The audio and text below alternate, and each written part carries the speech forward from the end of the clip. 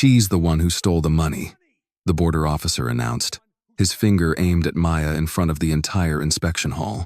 I'm talking to you, he added, his voice cutting through the hall. The black woman in the cream blouse. Maya stopped short. She looked at the officer, stunned but still composed.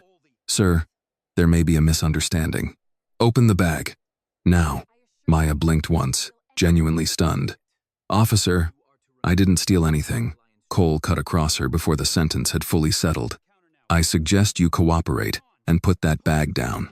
Ahead of Maya, Vincent Harrington was still patting the pockets of his expensive tan blazer. His wife stood beside him, clutching a brown handbag to her chest, her mouth open in confusion. It was right here, Harrington barked. A bundle of cash. I had it in my jacket. Someone took it. The line had stopped completely, leaned sideways for a better look. Officer Cole stepped closer to Maya. Maya looked straight into his eyes. Her voice remained even, steady, without the slightest tremor. I have presented all my legal documents, and I have been cleared to pass through. Cole's mouth bent into a contemptuous smile. Legal? We'll see about that. He glanced at her purse, then back at her face. I've been watching you for a while, he said. Your hands looked suspicious. You kept moving around behind this gentleman like you were waiting for your chance. We see your kind of behavior all the time here. Hand over that purse. Maya looked at him calmly. Officer, I have nothing to hide, but I would like this search recorded and witnessed properly. Cole's mouth tightened. You don't get to decide procedure here. Officer, you are making a baseless accusation without presenting any evidence, Maya replied, her voice firm and clear. If there has been a loss, the proper procedure is to review the security footage and— Shut your mouth, Officer Cole shouted, cutting her off. I am the law here. I'm not trying to decide it, Maya said. I'm asking that it be followed. She lifted her chin slightly and said, There are cameras above lanes 3, 4, and 5. Mr. Harrington was standing ahead of me. At least 4 other travelers were within arm's reach. If money is missing, the footage should be checked before anyone is accused. Harrington turned sharply. Are you saying I'm lying? I'm saying you may be mistaken, Maya replied. Those are different things. Cole stepped between Maya and Harrington, blocking her view. Enough. Put the bag on the counter. Maya held his gaze for another beat, the expectation that she would either explode or shrink. The trap was not only the accusation, the trap was the performance they wanted from her afterward. Slowly, Maya placed her purse on the metal inspection counter. Cole grabbed it before she could unzip it herself. Hands where I can see them. With a sudden, rough movement, he yanked the purse completely from Maya's shoulder. Crash, slam, without the slightest respect. Cole turned the purse upside down and dumped everything inside across the metal inspection table. Let's see, Cole muttered, dragging his fingers through her belongings. Let's see where you hid that cash. He opened her and tore open a small paper sleeve that held medication instructions for one of Maya's clients.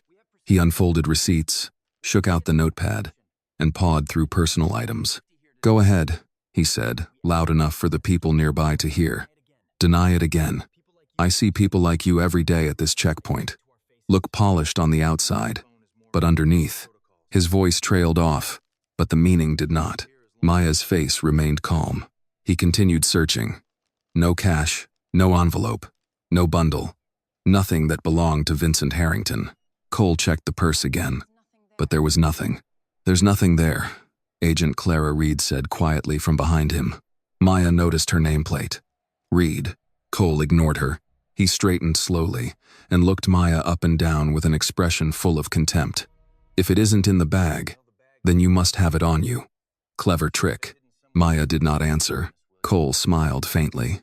I'm ordering you into secondary inspection for a full-body search. Immediately. Asked. Mr. Harrington's voice rose again. Well, it didn't walk away by itself. Maya turned slightly toward him. Sir, I did not take your money, Cole snapped.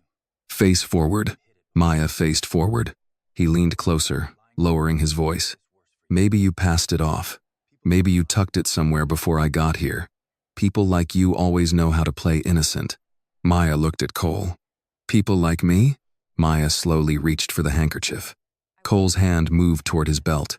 "I'm folding it," she said. He stared at her. She picked up the handkerchief, folded it along its old creases, and placed it beside her folder. "I have answered your questions," Maya said. "You searched my bag and found nothing. If there is a theft allegation, check the cameras." Cole's face hardened. "I don't take orders from you." That was not an order. It was the obvious next step. Behind them, Mrs. Harrington whispered, "Vincent, maybe we should check the leather folder." Her husband shot her a look. "Not now, Maya and Reed." But Cole either did not hear it or chose not to. He gathered Maya's phone and set it aside, away from her reach. Then he pointed toward a gray door marked "Secondary Inspection." "You're coming with me." "For what reason?" Maya asked, further questioning. "Am I being detained?" Cole smiled without warmth. "You're being difficult." That does not answer the question. His voice dropped. "You can walk in there, or I can have you escorted in front of everyone."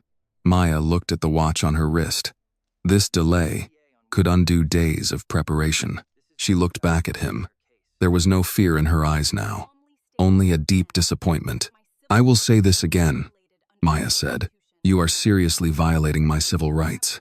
I have the right to refuse a degrading body search without a warrant, proper cause, or a female officer conducting it." "Civil rights?" Cole stepped closer, his breath smelling sharply of old tobacco. "You're on my ground now, and my suspicion is the evidence." His voice dropped into a threat. "Walk in there, or I'll put you in cuffs for resisting an officer. Don't make me use force on someone like you." She had learned long ago that some rooms do not reward explanation. They punish it. So she said only, "I will walk." Cole stepped aside with the satisfaction of a man who mistook restraint for surrender. Maya moved toward the gray door. Her purse remained open on the counter. Her mother's handkerchief rested on top of the folder in her arms. Her phone stayed behind with Cole. The crowd parted just enough for her to pass, but not enough for anyone to stand with her. At the doorway, she paused and looked once more at the black security camera above lane 4. The camera was watching, and Maya William, even with her heart pounding beneath that calm face, was watching back. Cole stepped one step forward and grabbed Maya William by the wrist. He meant to drag her toward the cold steel door marked Special Inspection Area. Maya did not struggle. She looked down at his hand on her wrist, then slowly lifted her eyes to his face. "Officer, you are touching me without my consent, and there is no female officer present as a witness. Do you know what that kind of conduct is called under the criminal laws of this country?" "Law?" Cole's mouth twisted into a mocking smile. "You're teaching law to a border officer now?" He turned slightly toward the wealthy traveler standing nearby. "You hear that? This type always does the same thing when they get caught. They hide behind the law. Maybe in your country you can use that tongue of yours to talk your way out of trouble. But here, your skin already tells me enough." A ripple moved through the crowd. Agent Clara Reed stood a few feet away, frozen, her eyes fixed on Cole's grip around Maya's wrist. Vincent Harrington folded his arms, his pride swelling now that someone in uniform had chosen a suspect for him. Exactly. Look at her dressed all proper like that. Who knows whose money paid for that bag? "Officer, you should hold her. That cash was worth tens of thousands of dollars. If it's gone, a woman like her couldn't pay it back in a lifetime." Maya turned her head and looked directly at him. Her voice remained calm.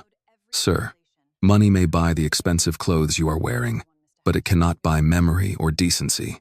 I suggest you check your own belongings carefully before your carelessness destroys someone else's dignity."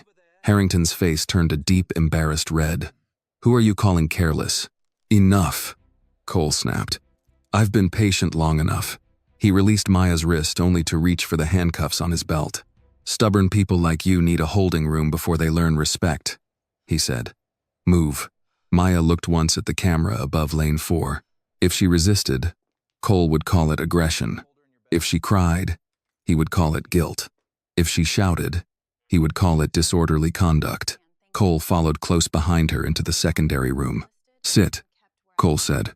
Maya remained standing. "Before I sit, I want my belongings listed and returned to the table where I can see them." Cole gave a short laugh and pulled out one of the chairs with his boot. "You still don't understand where you are. I understand exactly where I am, Maya said.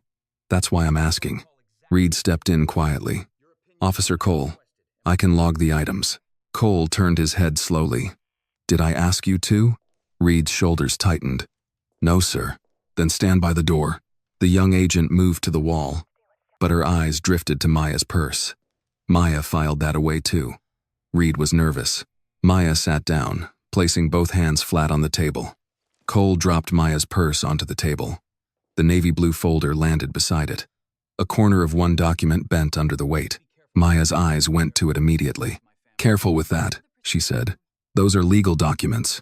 Cole leaned over the table. You keep saying that like it's supposed to impress me. It's supposed to inform you. His smile thinned. You've got an answer for everything, don't you? No, Maya said. Only for what's happening. Cole pulled a form from a clipboard on the wall and slapped it onto the table. Read that. Maya looked down. She read it once. Then again. I won't sign this, she said. Cole's eyes narrowed. Nobody said anything about signing yet. You put it in front of me with a pen. It's a statement of what happened. No, Maya said. It's a statement of what you want to be true. If this moment touched your heart, please like this video.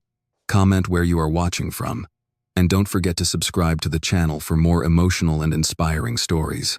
Reed looked up from near the door. Cole tapped the paper with 2 fingers. A man reported stolen money. You were behind him. You were searched.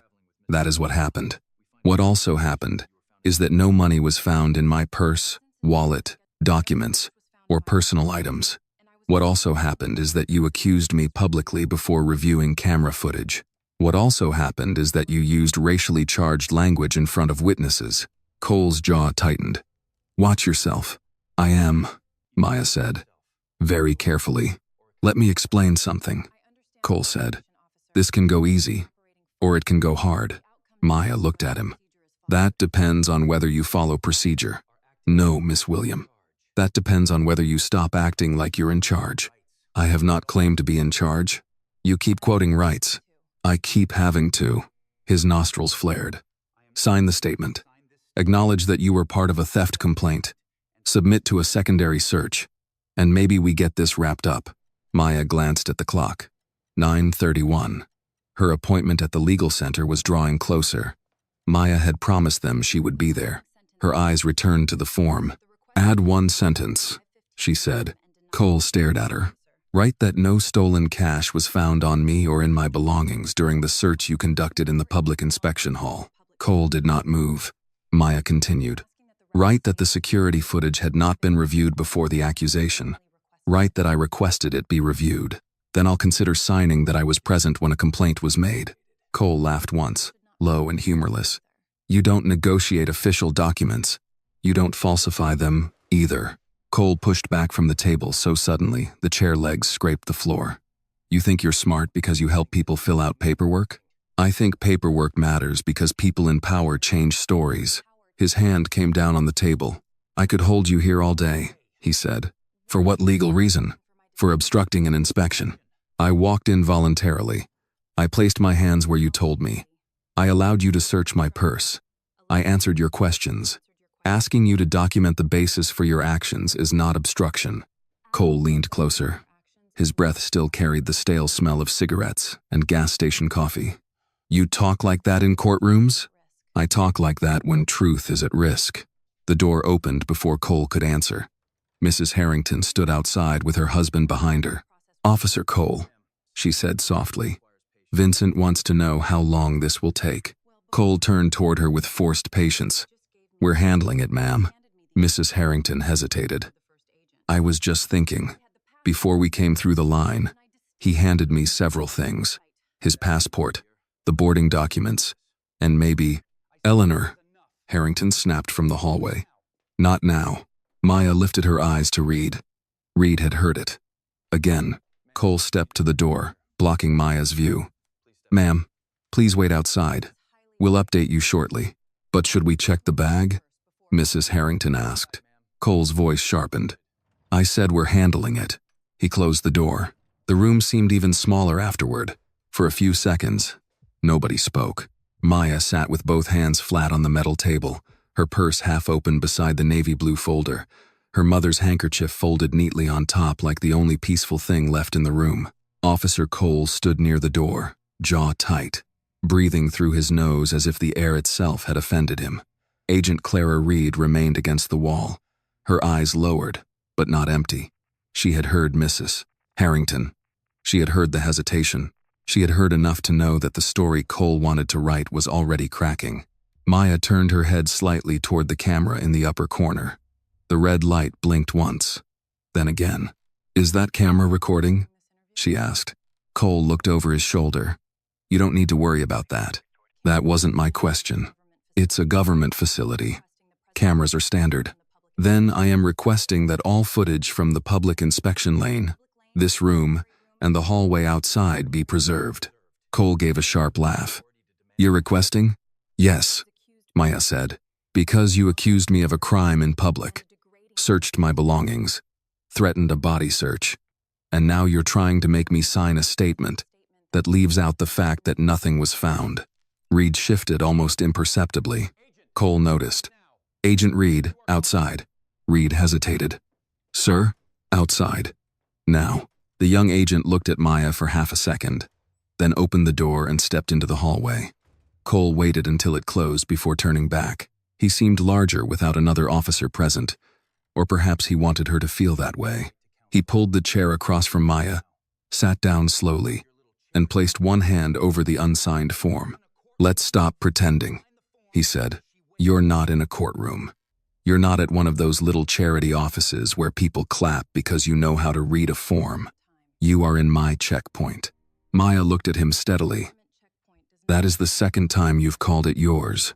His smile disappeared. "A government checkpoint does not belong to an officer," she continued. "It belongs to the public. Your authority exists because the public trusts you to use it lawfully."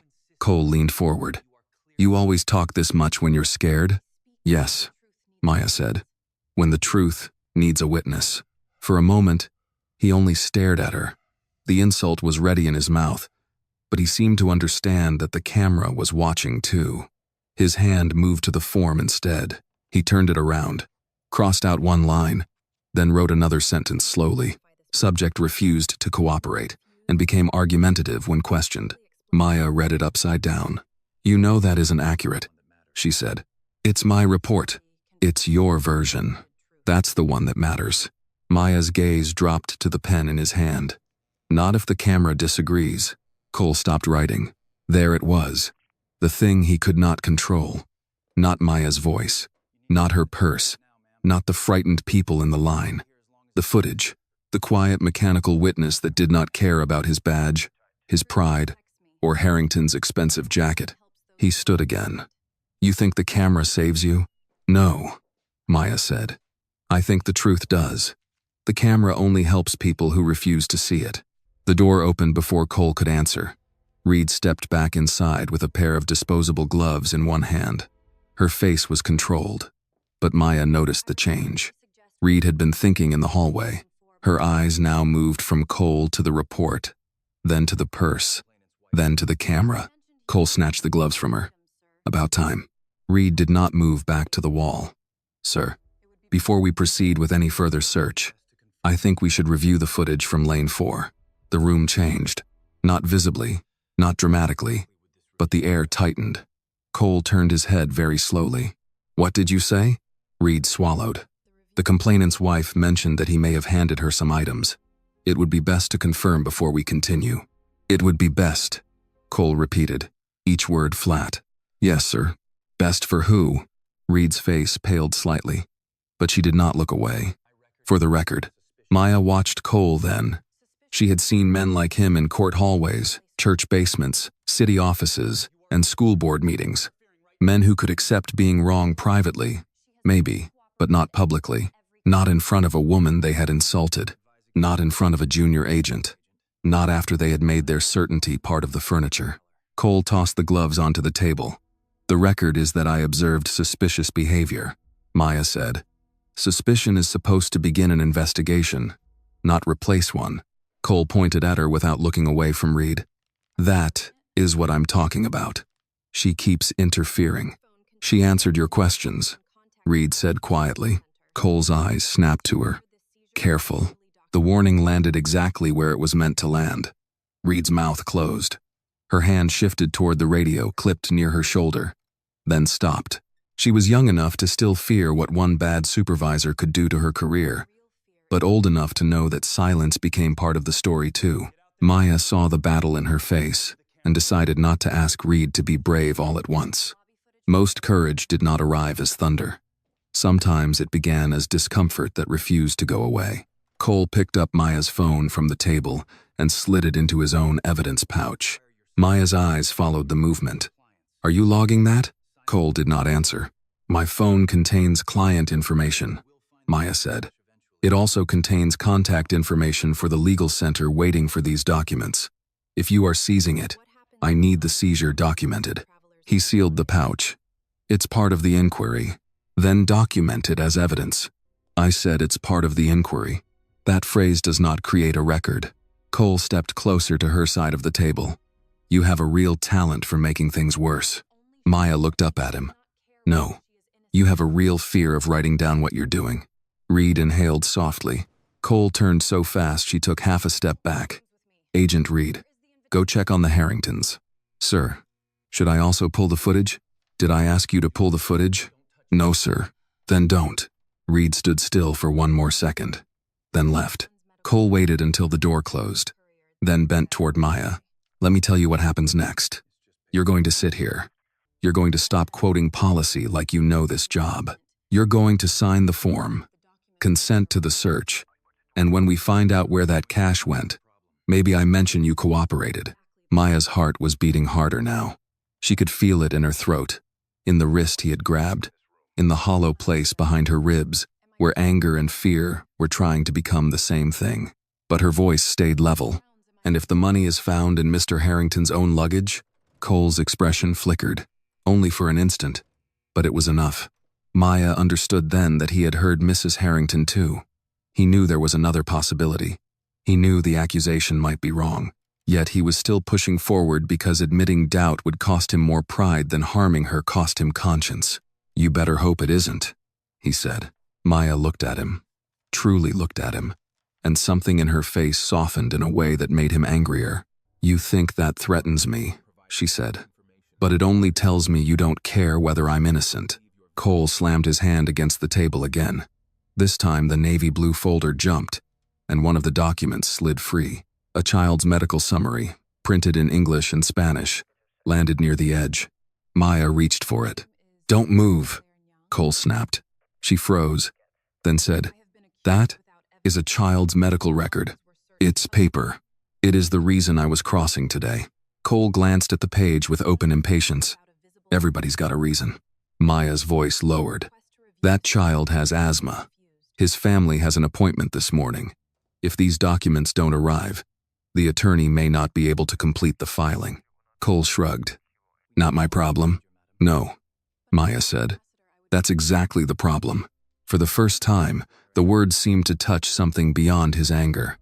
Not compassion, but calculation. He looked at the camera again. He looked at the paper. He looked at the sealed pouch containing her phone. Then he gathered the form, the pen, and the evidence pouch. "Stay here," he said. "Am I free to leave?" "No." "On what grounds?" He paused at the door and smiled without warmth. "On mine." The door opened and closed behind him. Maya sat alone. The room was quiet except for the hum in the wall and the small mechanical blink of the camera. She looked at the clock. 9:46. The minute hand moved with painful certainty.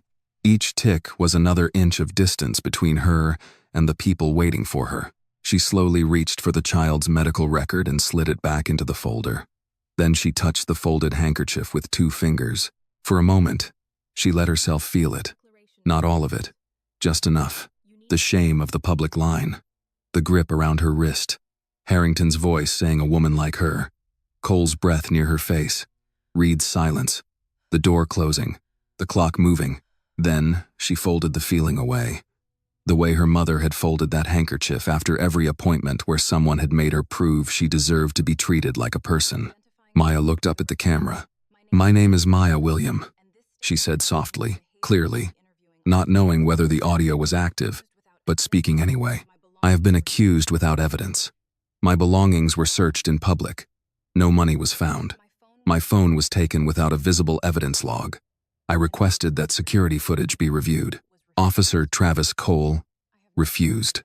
She stopped. The red light blinked. Outside the room, voices moved in the hallway. Cole's voice. Reed's. Another officer's. Then Mrs. Harrington again. Quieter this time. Anxious. Maya closed her eyes and listened. Because if they would not write the truth, she would remember it. And if they tried to bury it, she would know exactly where they had started digging. The voices outside the door did not rise at first. They moved in low fragments, broken by the hum of the corridor vent and the occasional crackle of a radio. Maya stayed still at the metal table, hands folded near the navy blue folder, listening the way people listen when they understand that sound can become evidence. Cole was the easiest to recognize. His voice carried even when he tried to lower it, because men like him rarely practiced being quiet. She's stalling. She knows exactly what she's doing. Agent Reed answered, softer. Sir, there's still no money. That doesn't mean anything. It means we haven't confirmed a theft. There was a pause. Maya imagined Cole turning toward her, imagined Reed standing with her shoulders squared but not yet strong enough to look him fully in the face. Somewhere farther down the hallway, Mrs. Harrington said something too faint to catch. Then Vincent Harrington's voice cut through, irritated and defensive. I'm telling you, I had it. Maya opened her eyes. The clock read 9:51. She had been inside the secondary inspection room less than half an hour, but time had begun to feel different. Outside, time was measured by appointments, documents, traffic lights, coffee cooling in paper cups, people waiting in folding chairs. In here, time became pressure. It became a tool, a way to make a person tired enough to sign something, frightened enough to accept blame, grateful enough for release that they stopped asking what had been done to them. The door opened. Cole stepped back in first, carrying the clipboard. Reed followed behind him with a stiff face and no gloves. Maya noticed that immediately. Where are the gloves? Maya asked. Cole smirked. Still giving instructions? I'm asking whether a search is still being threatened. I ask the questions, then ask one. His smirk faded. He placed the clipboard on the table, but this time he did not sit. He stood over her, forcing her to look up if she wanted eye contact. Maya did not. She kept her gaze level with the paper. Cole had added more language. Subject became verbally confrontational. Subject refused to provide voluntary clarification. Subject delayed inspection process. Maya read each line carefully, her expression unmoving. This is inaccurate, she said. Cole exhaled through his nose. Of course you'd say that. I was not verbally confrontational. I asked for evidence. I asked for footage. I asked for a proper record. Those are not the same thing. You think if you repeat that enough it becomes true? No, Maya replied. I think if you write the opposite enough, you hope it becomes official. Reed looked down quickly, but not before Maya saw the small tightening around her mouth. Cole tapped the paper. Here's what's going to happen. You're going to sign that you were present during the incident, that you were asked to cooperate, and that you refused certain instructions during secondary inspection. I will not sign anything that implies guilt or obstruction. It doesn't imply guilt. Yes, it does. You're not a lawyer. I work with lawyers every day. That's not the same. No, Maya said. But it's enough to know when a sentence has been written like a trap. Cole leaned both hands on the table. Miss William, I am trying very hard to give you a way out of this. Maya looked up then. No, Officer Cole. You are trying to give yourself a way out. For a moment, the room seemed to sharpen around them. The gray walls, the table, Reed near the door, the camera blinking red above them. Cole's jaw moved once, a small muscle flickering under the skin. He took the pen from the clipboard and held it out. Sign. Maya did not take it. Cole held it closer. Maya still did not move. Sign the paper. No. His eyes hardened. You want to be detained longer? I want the truth recorded. You don't get both. That is a dangerous thing for an officer to say on camera. Cole's hand lowered slowly. Reed's eyes moved to the camera. So did Cole's. For the first time since entering the room, he seemed to truly remember it was there. Not as decoration, not as equipment, as a witness. His voice changed after that. It became flatter, more official. Subject is refusing to sign a voluntary statement. Maya answered in the same calm tone. I am refusing to sign a statement that omits material facts and mischaracterizes my conduct. Cole's face flushed. Stop narrating. You started a record. I'm correcting it. Reed could not hide it this time. Her eyes lifted to Maya with something close to respect, or maybe fear of what respect might cost her. The door opened again, and another officer leaned in. He was older, with a thick mustache and a coffee cup in his hand. His nameplate read, Barnes.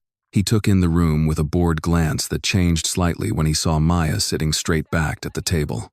Cole, he said. Harrington's getting loud out there. Says he's got a business meeting in San Antonio. Cole did not look away from Maya. Tell him we're handling it. Barnes took a sip from his coffee. His wife keeps asking to check her bag.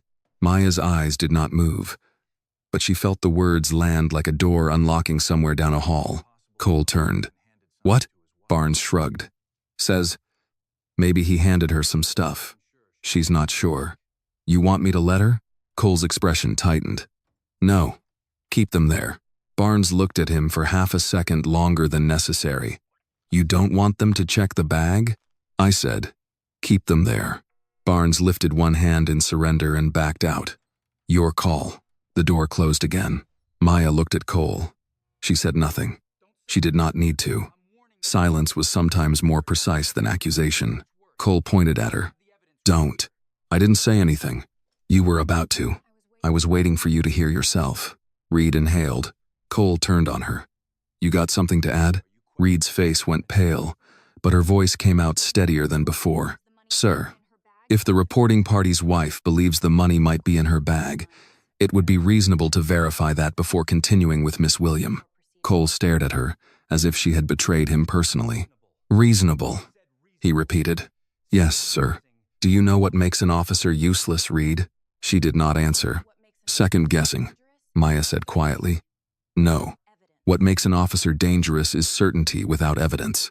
Cole turned back to her so fast, the pen rolled off the clipboard and clicked against the floor. That's it. He moved around the table and seized the navy blue folder. Maya stood immediately. Do not take that folder. Cole held it just out of reach. Sit down. Those documents are privileged client materials. They're in an active inspection room. They are not evidence of theft. You don't know what they are. I know exactly what they are.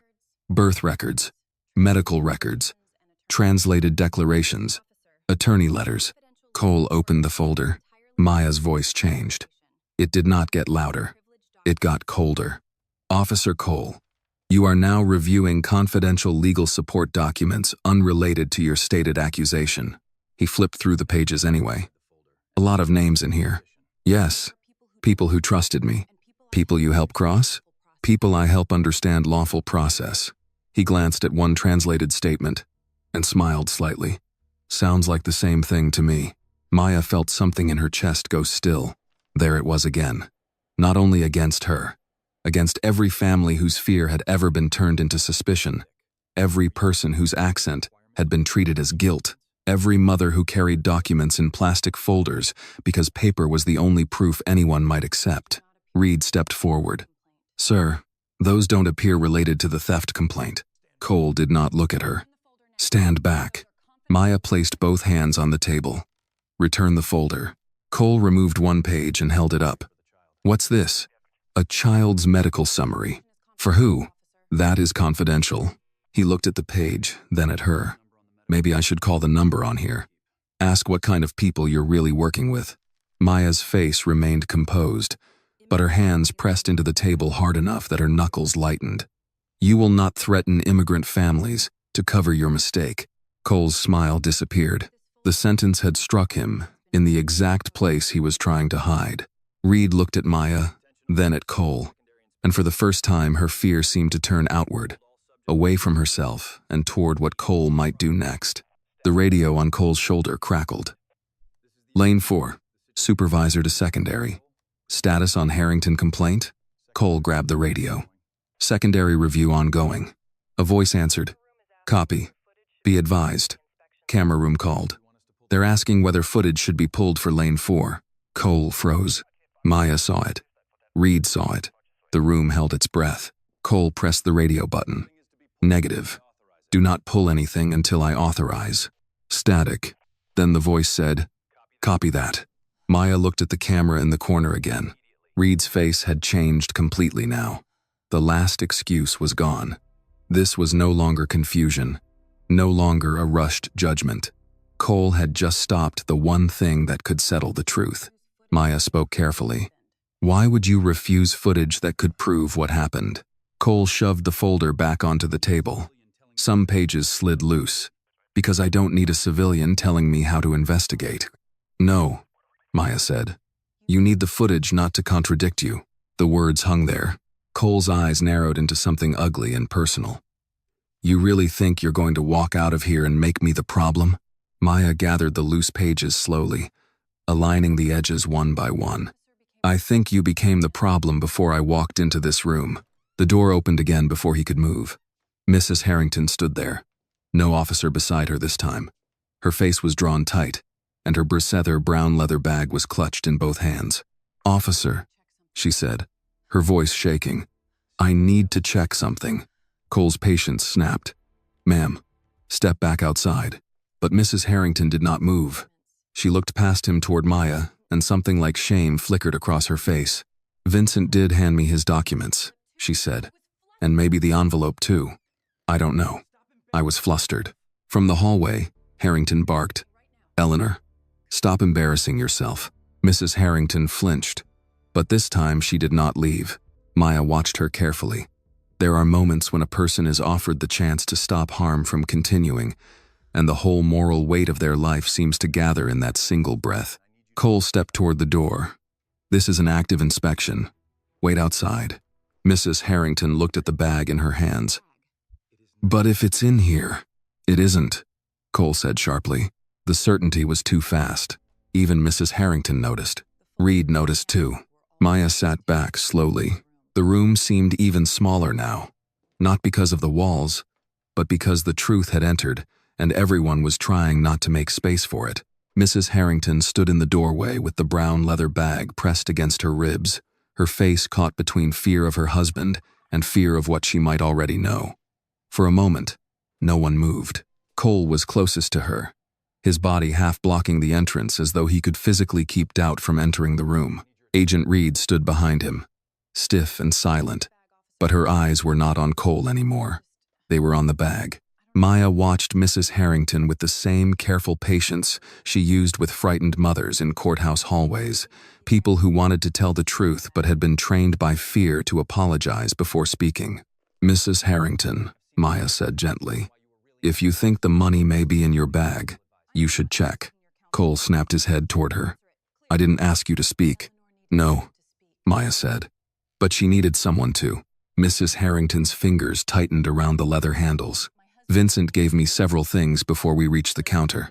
I remember his passport, his phone charger, the customs receipt. There was also a white envelope, I think. But everything happened so fast when he started shouting. From the hallway, Vincent Harrington's voice came hard and embarrassed. Eleanor, enough. I know where my money was. No, Vincent, she said, and the tremble in her voice made the words stronger, not weaker. You know where you think it was. That sentence shifted something. Even Cole heard it. His face went still in a way Maya recognized. It was the expression of a man who had built a wall too quickly and was now hearing cracks inside it. Cole stepped closer to Mrs. Harrington. Ma'am, I need you to wait outside while we complete this process. What process? Maya asked. The one where you refuse to check the place the reporting party's wife says the money might be? Cole turned on her. You're done talking. Maya did not flinch. That is what people say when they are running out of answers. Reed moved before Cole could respond. Not far, not dramatically, just one step toward Mrs. Harrington. But in a room like that, one step could be a declaration. Ma'am, Reed said, her voice careful. If you consent, I can inspect the bag here in view of the room. Cole's eyes went cold. Agent Reed. Reed kept her face forward. It may resolve the complaint, sir. I gave you an order. You gave me an instruction not to pull footage, Reed said. And though her voice stayed respectful, the words carried a new edge. You did not give me an instruction not to inspect the reporting party's own bag if she is requesting it. The silence after that was different from all the silences before. This one had a witness inside it. Mrs. Harrington looked from Reed to Cole, then to Maya. Her eyes rested on Maya's face for half a second longer than politeness required. There was apology there, but Maya did not reach for it. Apologies offered before truth were often just fear in a nicer dress. I consent, Mrs. Harrington said. Cole's hand lifted slightly, as if he meant to stop her, but he did not touch her. Maya noticed that too. He had grabbed Maya's wrist without hesitation, had searched her purse like it was public property, had threatened a body search without proper cause, but he would not lay a finger on Eleanor Harrington's leather bag unless invited. Reed accepted the bag with both hands and placed it on the table, far from Maya's documents. She unzipped it slowly. Inside were sunglasses, a makeup pouch, tissues, a folded scarf, a hard candy tin, and a leather document organizer. Mrs. Harrington inhaled sharply. The folder. Check the folder. Vincent appeared behind her in the hallway, face flushed. This is ridiculous. Reed opened the leather organizer. There were boarding documents, a passport sleeve, a bank envelope receipt, and beneath them, tucked into a side compartment, a thick white envelope bound with a tan rubber band. Mrs. Harrington covered her mouth. Maya closed her eyes for one heartbeat. Not in relief. Not exactly. Relief was too soft a word for what moved through her. It was more like confirmation, a terrible, quiet confirmation that she had been right, and that being right had still not protected her from being humiliated. Reed lifted the envelope and looked at Cole. Cole stared at it. No one spoke. Then Vincent Harrington stepped fully into the doorway. His anger had nowhere to go now, so it turned into denial. That doesn't prove it's the same envelope. Mrs. Harrington turned to him, stunned. Vincent, I said it was in my jacket, and I am telling you, she said, her voice breaking now. You handed it to me when you were looking for your passport. You were irritated because the line was moving too slowly, and you told me to hold everything so you could take off your blazer. The older officer named Barnes had reappeared in the hallway with his coffee cup. He looked from the envelope to Cole, then raised his eyebrows slightly, but said nothing. Maya looked at Cole. The accusation is resolved. Cole's face tightened, as if the words had insulted him. Not necessarily. Reed stared at him. Sir? He snatched the envelope from Reed's hand and turned it over. We don't know whether anything is missing from it. Vincent seized on that immediately. Exactly. Count it.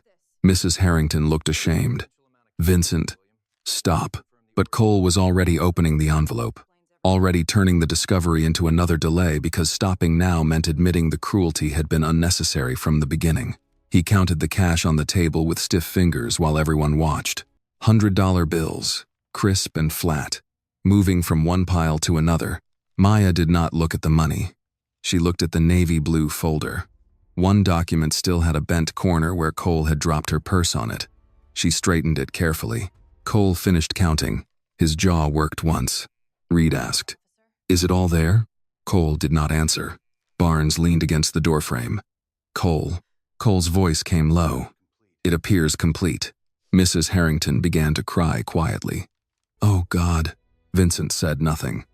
The rich man who had filled the hall with accusation now seemed unable to find a single clean sentence. Maya finally looked at him. Mr. Harrington, I hope you understand what almost happened because you were certain before you were careful. He swallowed. I was upset. So was I, Maya said. But I did not accuse an innocent person. His wife looked at Maya with tears in her eyes. Miss William, I am so sorry. Maya held her gaze. Thank you for checking your bag. It was not forgiveness. It was not comfort. It was the exact amount of grace the moment deserved. No more and no less. Reed gathered the cash and returned it to Mrs. Harrington, who took it with shaking hands. Cole stood beside the table, still holding the unsigned form. The official story he had been building had collapsed, but pride is stubborn. It often keeps speaking after truth has already won. Maya turned to him. I would like my phone, my purse, and my documents returned. I would also like the record to show that the alleged missing cash was found in Mrs. Harrington's possession, and that no stolen property was found on me. Cole looked at her as if she had asked him to kneel. We're not done, he said. Barnes straightened slightly. What else is there? Cole shot him a warning glance. Procedure, Maya repeated softly. Procedure. The word sounded different now, almost tragic. It had been used to drag her from the line, to empty her purse, to threaten her body, to hold her in a gray room while a family waited across town. And yet the first real procedure that had happened all morning was a woman opening her own bag. Reed looked at Cole. Sir, the complaint has been resolved. We should release Miss William. Cole's face hardened. I decide that. No, Maya said. The facts do. He stepped toward her. But before he could speak, the radio on his shoulder crackled again. Secondary, this is front desk. Regional office is requesting status on a Maya William. Cole froze. Reed's eyes widened just slightly. Barnes lowered his coffee cup. Maya remained still, but something deep inside her shifted. Not relief. Not yet, but recognition. Somewhere beyond this room, her absence had begun to matter. Cole pressed the radio button. Say again. The voice repeated, clearer this time. Regional office is requesting status on Maya William. They're asking why she has not cleared the checkpoint. Cole's eyes moved to Maya. For the first time all morning, the confidence in them thinned. Maya looked back at him with quiet steadiness. The clock read 10:03. The family was still waiting. The documents were still delayed. Her dignity had been dragged through a public room and across a metal table. The money had been found, but Cole had not apologized. Harrington had not truly apologized. The record had not been corrected. The footage had not been reviewed. And now, finally, the world outside Cole's little kingdom had begun to knock on the door. Cole released the radio button without answering. Barnes looked at him. You want me to tell them something? Cole's mouth opened, but no words came out at first. Maya slowly picked up her mother's handkerchief and placed it back into her purse. Then she looked toward the camera in the corner. Please make sure they spell my name correctly, she said. Maya William. 1 L in William. Reed's lips parted as if she wanted to say something, but Cole spoke first. Nobody calls back until I say so. The radio crackled again before anyone could move. Secondary. Be advised. Chief Ellison's office is on the line. This time, the silence did not belong to Maya. It belonged to Officer Travis Cole. Chief Ellison's office is on the line. The words hung in the room longer than the radio static that followed them. Officer Travis Cole did not answer immediately. His hand remained near the radio, but his fingers had gone still. A minute earlier, he had owned the room with his voice, his badge, and his certainty. Now that certainty seemed to have stepped backward, leaving him standing in the place where it used to be. Agent Clara Reed looked at Maya, then quickly looked away, but not before Maya saw it. Recognition. Reed knew the name. Everyone in that building knew the name. Chief Robert Ellison was not a man who called casually, and his office did not request status on a traveler unless something had already gone wrong. Barnes stood in the doorway with his coffee cup lowered near his chest. Cole, he said, quieter now. You need to answer that. Cole pressed the button on his radio. Secondary here. Tell them the subject is under review. There was a brief pause. Then the front desk replied. They're asking what kind of review. Cole's eyes cut toward Maya. Potential theft complaint. Barnes looked at the envelope of cash still in Mrs. Harrington's trembling hands. Reed looked at the same envelope. Maya did not need to look. The truth was sitting right there on the table. But Cole spoke as if it were still missing. The radio crackled again. Front desk to secondary. Confirm. Is the theft complaint still active? Cole's jaw tightened. Stand by. He released the button and turned toward Barnes. Get the Harringtons out of here. Mrs. Harrington blinked. But the money was found. Cole pointed toward the hallway. Ma'am, wait outside. Vincent Harrington cleared his throat, trying to recover the dignity he had thrown away in the inspection hall. Officer, Perhaps this has gotten a little out of hand. Maya looked at him. It was out of hand when you let him accuse me in front of everyone. Harrington's mouth opened, then closed again. Mrs. Harrington took one step toward Maya. Miss William, I am sorry. Truly, I should have checked the bag sooner. Maya's expression softened only slightly. Yes, ma'am. You should have. The older woman flinched, but she nodded. It was not cruelty. It was the kind of truth that did not dress itself up to make the guilty comfortable. Barnes guided the Harringtons back into the hallway. Reed remained in the room, which told Maya something. Cole had not dismissed her this time, perhaps because he did not trust her out of his sight, perhaps because too many people had already heard too much. Cole grabbed the unsigned statement and slid it under the clipboard. Miss William, we are going to finish documenting this matter. Maya looked at the clock. 10:05. No. You are going to return my phone, my purse, and my documents. Then you are going to correct the record. You don't give orders. I'm not giving an order. I'm stating what should have happened the moment the money was found. Cole's face flushed. You were still involved in the incident. I was accused during the incident. That is not the same thing. Reed's eyes dropped to the floor, but her face no longer looked uncertain. It looked troubled. There is a difference. Uncertainty asks, what is true? Trouble knows what is true and fears the cost of saying it. The radio spoke again.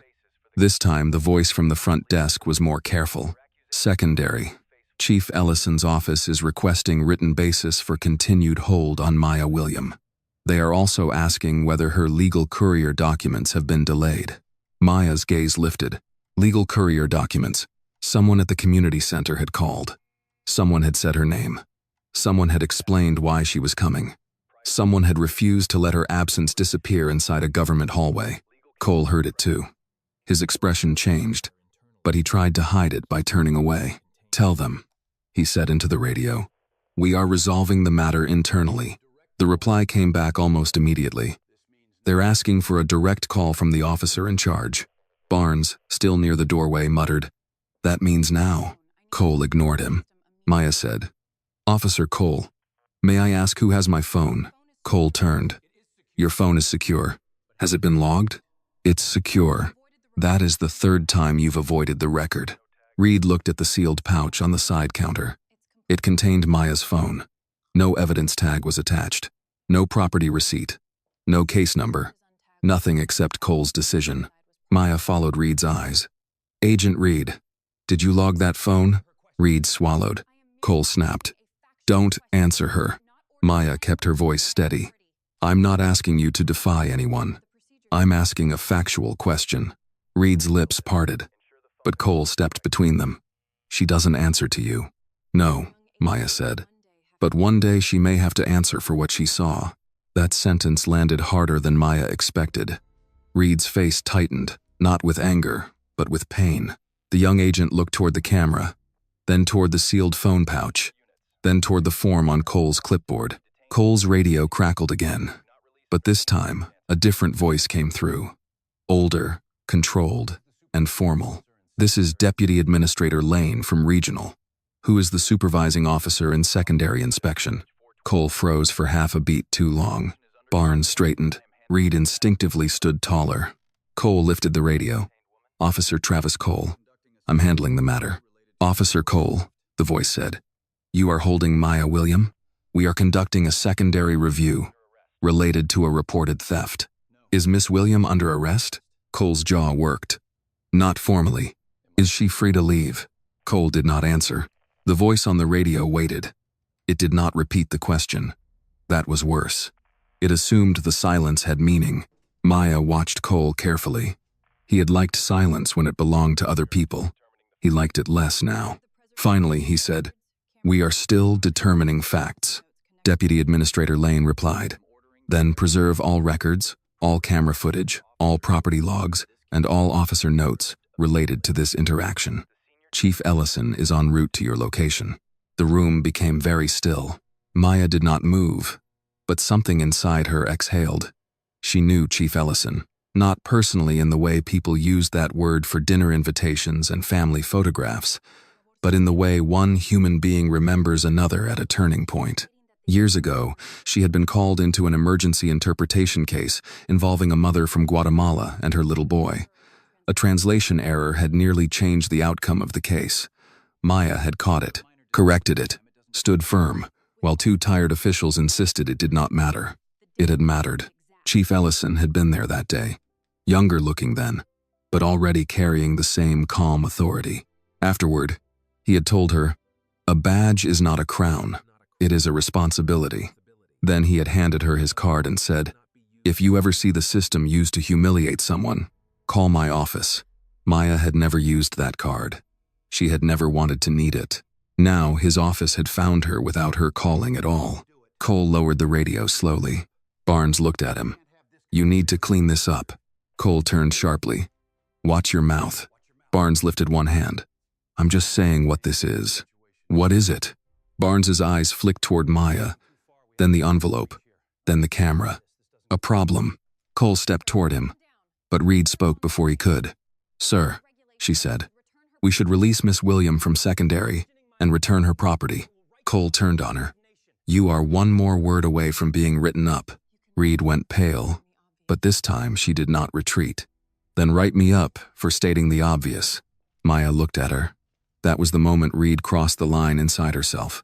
Not loudly, not heroically, but clearly. She had chosen to stop being part of the room's silence. Cole stared at her, stunned by the simple fact of being disobeyed. The radio spoke again. "Officer Cole, confirm receipt. Chief Ellison is en route. Estimated arrival 20 minutes. Cole pressed the radio button. Received. His voice sounded different now. Smaller, though he tried to make it hard. Maya slowly gathered her documents into the navy blue folder. Cole did not stop her. That mattered too. A minute earlier, he would have snapped at her for moving. Now he watched her straighten papers. He had bent. She placed the child's medical record back where it belonged. She tucked the attorney letter behind it. She aligned the sworn statements carefully, page by page. Then she folded her mother's handkerchief once more and slipped it into her purse. Cole said, "You're not leaving yet." Maya looked up. "No, but the truth has already started walking toward the door." Barnes coughed once into his fist, perhaps to hide a reaction. Cole's eyes narrowed. "You think the chief showing up makes you untouchable?" "No," Maya said. "I think it makes you answerable." For the first time, Officer Travis Cole had no immediate reply. Outside the room, the inspection hall continued its restless rhythm. Wheels rolling, families murmuring, radios chirping. But beneath it now was another sound, faint at first, approaching from somewhere beyond the thick walls and tinted glass of the checkpoint. The low, steady movement of vehicles entering the restricted lane. Agent Reed heard it and glanced toward the hallway. Barnes set his coffee down on a nearby shelf. Cole stood rigid, face hard, eyes fixed on the door as though he could hold back consequence by staring at it. Maya remained seated, her folder closed beneath her hand. She was still late, still wronged, still waiting for the official record to catch up to the truth. But for the first time since Cole had pointed at her in front of the inspection hall, the room no longer belonged to him. The sound grew clearer after a few seconds. It was not sirens, not the loud arrival of men trying to prove they mattered, but the low, coordinated movement of official vehicles entering a restricted lane. Tires rolled over the concrete outside. A radio crackled somewhere beyond the door. Someone in the hallway said, "Regional's here," in a voice that was meant to be quiet and failed. Officer Travis Cole did not move. Maya watched him from across the table. His face had settled into a hard mask, but the confidence beneath it had begun to fracture. He still wore the uniform. He still had the badge. He still stood over her with the posture of authority, but the room no longer obeyed him the way it had before. Agent Clara Reed stood near the wall, hands clasped in front of her, looking younger and older at the same time. Younger because fear had stripped the color from her face. Older because she had finally made a choice, and choices age people faster than time. Officer Barnes remained by the doorway, no longer drinking his coffee.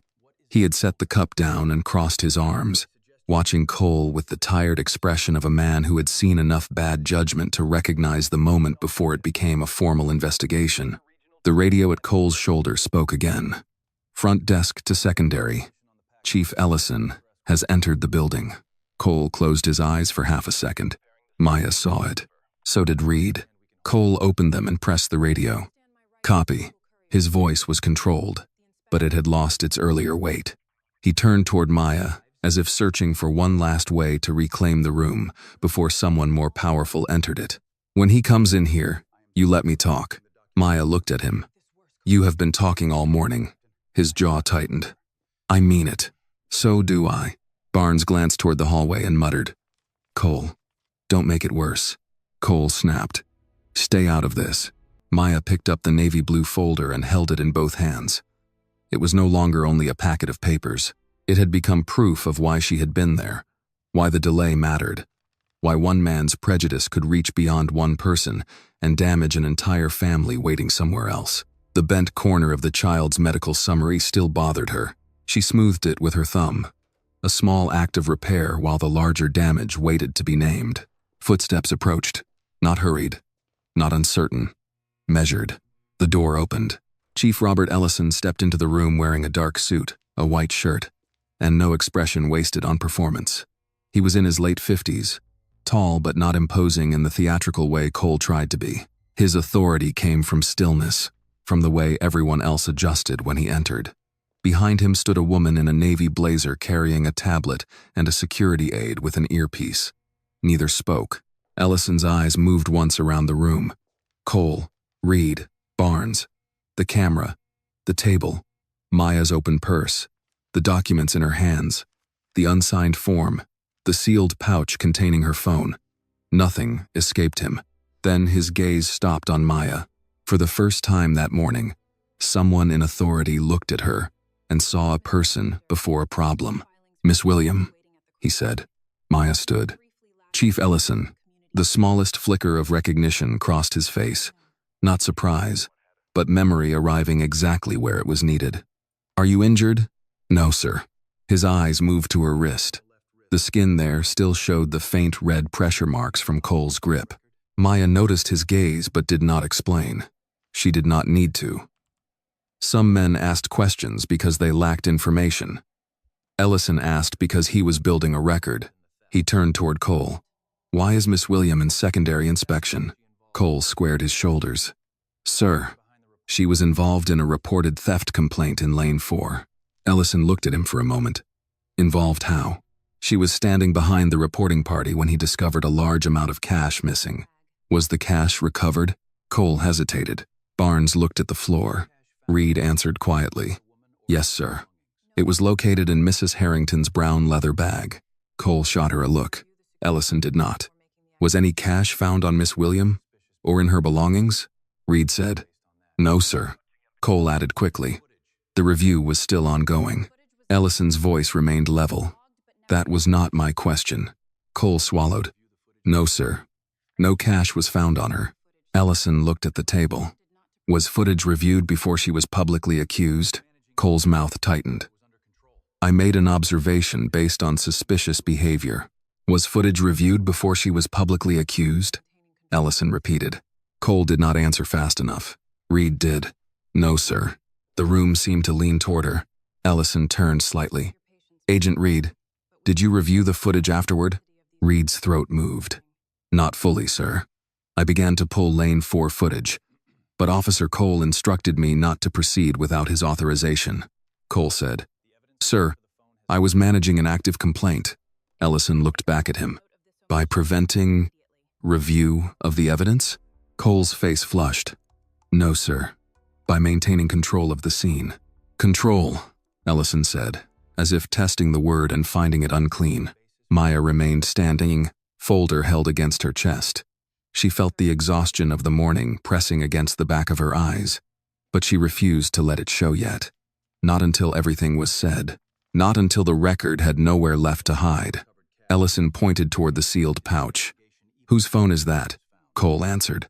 Miss Williams. It was secured as part of the inquiry. Where is the evidence log? Cole glanced at the counter. It has not yet been completed. Ellison looked at the aide behind him. Note that. The aide tapped on her tablet. Cole's face changed. The tapping made it real. Not conversation. Not scolding. Documentation. Ellison looked at Maya. Were you given a written basis for continued secondary detention? No, sir. Were you asked to sign anything? Yes, sir. Ellison turned to the clipboard. This? He picked up the form and read silently. The room waited while his eyes moved line by line. Maya watched his expression grow colder, not angrier. Anger would have been easier for Cole. Anger could be dismissed as personal. Coldness meant procedure had arrived. Ellison set the form back down. This statement omits the recovery of the cash and implies Miss William remained connected to the allegation after the money was found. Cole said, "Sir, that form was preliminary. Then why was she asked to sign it?" Cole had no clean answer. Maya spoke, calm and clear. "I refused because it did not state that no money was found on me, that the cameras were not reviewed, or that Mrs. Harrington had already expressed doubt about where the cash was." Ellison nodded once. Understood. The word was simple, but it carried more protection than every command Cole had barked all morning. From the hallway came a sharp voice. "Vincent Harrington, I want to know whether I'm free to go. I have already been delayed far too long." Ellison turned toward the open doorway. "Bring Mr. and Mrs. Harrington in." Cole stiffened. "Sir, is that necessary?" Ellison looked at him. "Very." Barnes stepped out and returned with the Harringtons. Mrs. Harrington's eyes were red. Vincent looked annoyed, embarrassed, and still proud enough to pretend those were not the same thing. Ellison addressed him first. "Mr. Harrington, did you report missing cash?" "Yes. I believed it had been stolen." "Did you identify Miss William as the person who stole it?" Harrington shifted. "I said she was behind me." Maya looked at him, but he would not meet her eyes. Ellison continued. "Did you see her touch you? Your jacket, your bag, or your wife's belongings?" "No." "Did you see her take the envelope?" "No." "Was the envelope recovered in your wife's bag?" Harrington's jaw tightened. Apparently, Mrs. Harrington spoke through tears. "Yes, it was in my bag. Vincent handed it to me before inspection. I forgot in the confusion." Ellison looked at Cole. "So, the theft accusation was unsupported by witness observation, unsupported by recovered evidence, and contradicted by the recovery of the cash from the reporting party's own belongings." Cole stood rigid. "Sir, at the time," Ellison cut in, still not raising his voice. "You chose accusation before verification." The sentence settled over the room. Then Ellison looked at Reed. "Agent Reed, take me to the camera room." Cole moved half a step. "Sir, I can pull the footage." Ellison's eyes met his. "You will not touch the footage." Cole stopped. Ellison turned to Barnes. "Officer Barnes, remain here with Miss William. Her phone and belongings stay visible. No further questioning. No further forms. No search of any kind." "Yes, sir," Barnes said immediately. Ellison looked back at Maya. His expression softened only slightly. "Miss William, I know you are late. I know people are waiting for those documents. Before this day continues, we are going to establish exactly what happened." Maya's throat tightened for the first time. She nodded. "Thank you, Chief." He paused at the door, then looked once more at Cole. "Officer Cole," he said, "authority is not proven by how loudly a man can accuse someone. It is proven by how carefully he handles the truth when it embarrasses him." Cole said nothing. Ellison left with Reed and the aide, their footsteps moving toward the camera room. The door remained open this time. Maya slowly sat back down. The air in the room had changed. It was still gray, still cold, still marked by what had happened, but the lock inside it had loosened. Across the table, Cole stood silent, his badge catching the fluorescent light. For the first time, it did not look like power. It looked like evidence. The open door changed everything. Maya could hear the checkpoint breathing beyond the secondary room now. Suitcase wheels rolled over tile. Radios clicked and murmured. Somewhere in the public inspection hall, a child began to cry and was quickly soothed by a tired mother whispering, "It's all right, baby. We're almost through." The ordinary sounds of movement returned, but the room where Maya sat remained caught in a silence that no one knew how to break. Officer Barnes stood near the doorway with his arms crossed, his coffee forgotten on a shelf outside. He was not friendly, Exactly. But he was no longer pretending nothing had happened. That mattered. Sometimes, the first sign of accountability was not an apology. Sometimes it was simply a witness deciding to stop looking away. Cole stood beside the table, rigid and pale beneath the fluorescent light. He watched the hallway where Chief Ellison had disappeared with Agent Reed, and every few seconds his eyes flicked toward Maya as if she were responsible for the consequences now arriving under their own power. Maya did not look at him for long. She had learned that men like Cole fed on visible fear and visible anger. If she gave him either, he would take it as proof that he still mattered. So she opened the navy blue folder and checked each page again, smoothing corners, aligning edges, counting quietly in her head. Birth record, medical summary, attorney letter, sworn statement, translation certification, appointment notice, 27 pages, 27 reasons she could not afford to fall apart. Barnes cleared his throat. "Miss William?" Maya looked up. "You need water?" The question was awkward, almost embarrassed. It was the first ordinary kindness anyone in uniform had offered her that morning. "Yes," she said. "Thank you." Barnes nodded once and stepped into the hallway. Cole waited until he was gone before speaking. "You think this is over because he showed up?" Maya did not answer immediately. She placed the final page back into the folder and closed it. "No," she said. "I think it has finally started." Cole's face tightened. "You've got no idea what you're dealing with." Maya looked at him then. Really looked at him. "I have dealt with men who thought a uniform made their word heavier than the truth. You are not as unusual as you think." His mouth opened, but Barnes returned with a paper cup of water before he could respond. He placed it near Maya, then positioned himself more squarely between Cole and the table. Chief said, "No further questioning," Barnes said. Cole's eyes cut toward him. "I wasn't questioning." Barnes looked at him over the rim of his mustache. "Sounded like you were about to." For a second, Maya thought Cole might explode. But the hallway was too full now. Too many footsteps. Too many radios. Too many people from regional offices moving through a building that had belonged to him only 20 minutes earlier. He swallowed whatever he wanted to say. Maya picked up the cup. Her hand was steady, but she could feel a faint soreness in her wrist where Cole had grabbed her. The ache had begun to settle under the skin. Quiet, but real. She wondered whether the camera outside had caught the moment clearly. She wondered whether anyone would care if it had. Then, from down the corridor, came Chief Ellison's voice. "Play it from lane 4. Start 5 minutes before the complaint." The camera room must have been close enough for sound to carry when the door opened. Maya turned slightly toward the hall. Cole did too. Barnes remained by the door, listening without pretending not to. A few moments passed. Then Agent Reed's voice came, lower but audible. "There. That's Mr. Harrington removing something from his jacket." Another pause. Ellison said, "Zoom in if you can." Maya closed her eyes briefly. She could picture the footage without seeing it. Harrington, impatient in line, taking off his blazer, shifting papers, handing things to his wife. Herself behind him, both hands on the navy blue folder, waiting quietly, thinking only about the time. Reed spoke again. He hands the envelope to Mrs. Harrington at 8:58. Miss Williams' hands are on her folder. No one in the secondary room moved. Cole's face had gone very still. Ellison's voice came again. "Continue." A few seconds later, Reed said, "Mrs. Harrington puts the envelope into the side compartment of the brown leather bag." Barnes let out a slow breath through his nose. Maya opened her eyes. Cole stared at the floor. Then, Ellison's voice sharpened. Not louder, but cleaner. "Now move to the moment Officer Cole approaches Miss William." Silence followed. Not empty silence. Watching silence. Maya heard Reed inhale. He points at her before asking any questions. Ellison said, "Audio?" A faint crackle came through. Then a muffled version of Cole's own voice.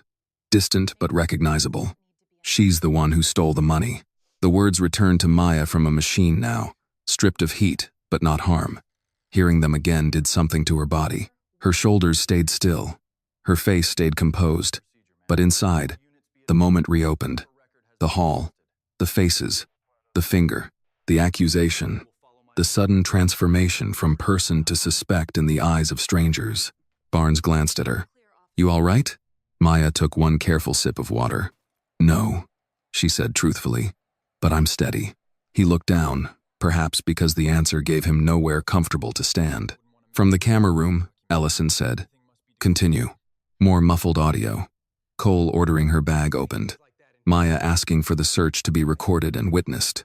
Cole telling her she did not decide procedure. Then his shout, "I am the law here."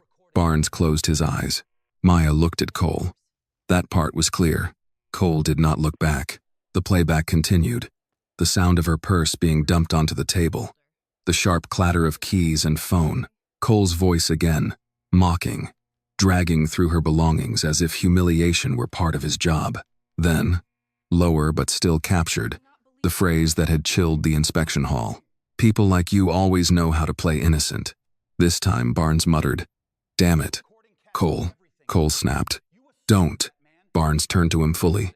"You said that?" Cole's lips tightened. "Context matters."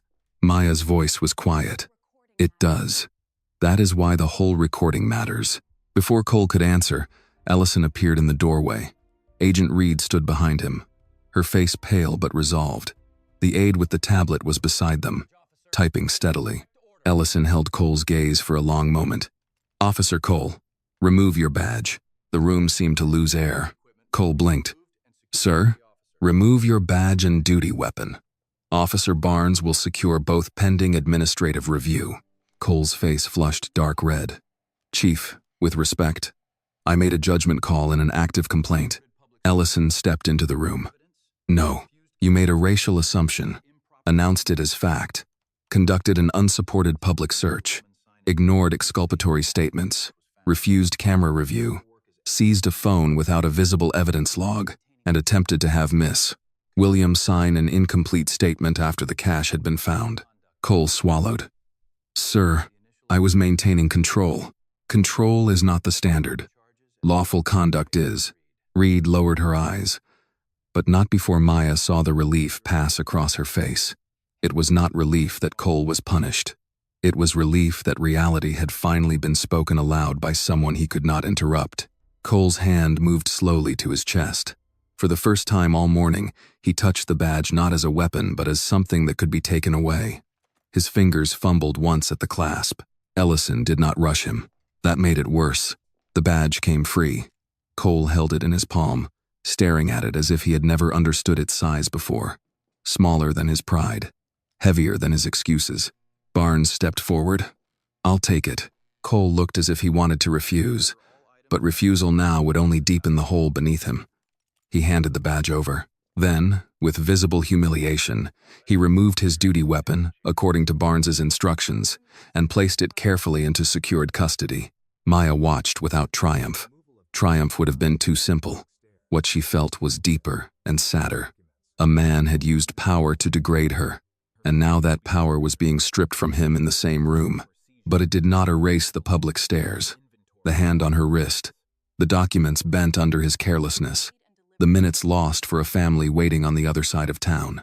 Ellison turned toward Maya. "Miss William, your phone will be returned after we document that it was improperly seized. Your belongings will be inventoried in your presence. Your documents will be copied and delivered under official escort if you still consent to that assistance." Maya nodded. "I need the originals to reach the legal center." "They will." Cole gave a bitter laugh under his breath. "So that's it? She gets an escort now?" Ellison turned back to him. His voice was quiet enough that everyone leaned into it. She should have received respect before she ever needed protection. No one spoke. Mrs. Harrington appeared in the hallway, crying openly now. Vincent stood behind her, looking smaller than he had when he first shouted about his money. The inspection hall beyond them had begun to gather again, travelers watching from a careful distance. The same people who had witnessed Maya's humiliation were now witnessing its correction. Ellison noticed them too. "Bring the Harringtons and the Lane witnesses forward," he said to Barnes. "The apology will not happen in private when the accusation happened in public." Maya felt her throat tighten. Cole's head dropped slightly. Reed looked at Maya with quiet apology in her eyes. And Maya, still holding the navy blue folder, understood what Chief Ellison was doing. He was not only clearing her name, he was returning it to the place where it had been taken. Chief Ellison did not raise his voice, but the command moved through the checkpoint faster than shouting would have. Within minutes, the public inspection hall began to rearrange itself around the truth. Travelers who had been staring from a distance were asked to step back, but remain available. Officer Barnes guided Mrs. Harrington to one side of the metal inspection counter, while Vincent Harrington stood beside her with his expensive blazer folded over one arm and no place left to put his pride. Agent Reed remained near Maya, not crowding her, not speaking too much, simply present in a way she had failed to be earlier. Officer Cole stood several feet away without his badge, without his duty weapon, and without the hard shine of authority that had made him seem untouchable less than an hour before. He still wore the uniform, but now it looked unfinished. Stripped of the badge, he seemed not humbled exactly, but exposed. A man revealed as smaller than the power he had borrowed. Maya stood near the same counter where her purse had been dumped. Her belongings had been gathered carefully this time. Her wallet, keys, notepad, phone, pens, lip balm, and handkerchief were laid out in a neat line. The navy blue folder rested beneath her hand. A copy machine had been brought from the administrative office, and Ellison's aide was already preparing duplicate sets of the documents, so the originals could leave with Maya, and the backup could be delivered by official courier if anything delayed her again. The same crowd that had watched her humiliation now watched with a different kind of silence. Earlier, their silence had abandoned her. Now it carried shame. Chief Ellison stood at the center of the hall, positioned so that everyone in Lane 4 could hear him. "Mrs. Harrington," he said, "please state what occurred." Mrs. Harrington gripped the brown leather bag with both hands. Her eyes were red. She looked once at her husband, then at Maya. "My husband handed me the envelope before we reached the counter. I put it in the side compartment of my bag and forgot. Miss William did not touch it. She did not take it. The money was in my possession the entire time." A low murmur moved through the line. Vincent Harrington shifted. He had accused loudly, but apology required a kind of courage that wealth had never taught him. He cleared his throat, glanced at Ellison, then at Maya. "Miss William, I was upset. I believed my money was missing." Maya looked at him. She did not help him. He swallowed. "I should not have allowed the situation to go that far." Ellison's eyes hardened slightly. "That is not an apology, Mr. Harrington. That is a description of your discomfort." The older man flushed. Mrs. Harrington looked down. The travelers in line grew still again. Vincent Harrington drew a breath, and for the first time that morning, his voice lost its entitlement. "Miss William, I accused you in my anger and panic. I did not see you take anything. I let my fear become someone else's shame. I am sorry." Maya held his gaze. There was power in making him stand inside his own words, not to break him, but to make sure the room understood that dignity, once taken in public, could not be privately returned. "Thank you for saying that clearly," Maya said. It was all she gave him. Mrs. Harrington began crying again. "I am sorry too. I should have checked my bag the moment I wondered. I was afraid of embarrassing him. Instead, I helped embarrass you." Maya's expression softened, but only enough to acknowledge the truth. "Fear makes people quiet, ma'am. But quiet can hurt too." Mrs. Harrington nodded as if the sentence had landed somewhere she would feel later. Chief Ellison turned toward Cole. The public hall seemed to tighten. "Officer Cole," he said, "you publicly identified Miss William as the thief before confirming any evidence. You searched her belongings in public. You used language that was racially charged and personally degrading. You refused review of footage that contradicted your assumption. You seized her phone without visible documentation. You attempted to continue holding her after the alleged property was recovered. Do you dispute any part of that summary?" Cole's face was stiff. "Chief, I acted based on what I believed at the time." "That was not the question." Cole stared at him. Ellison waited. Maya watched the same way she had watched everything since the moment he pointed at her.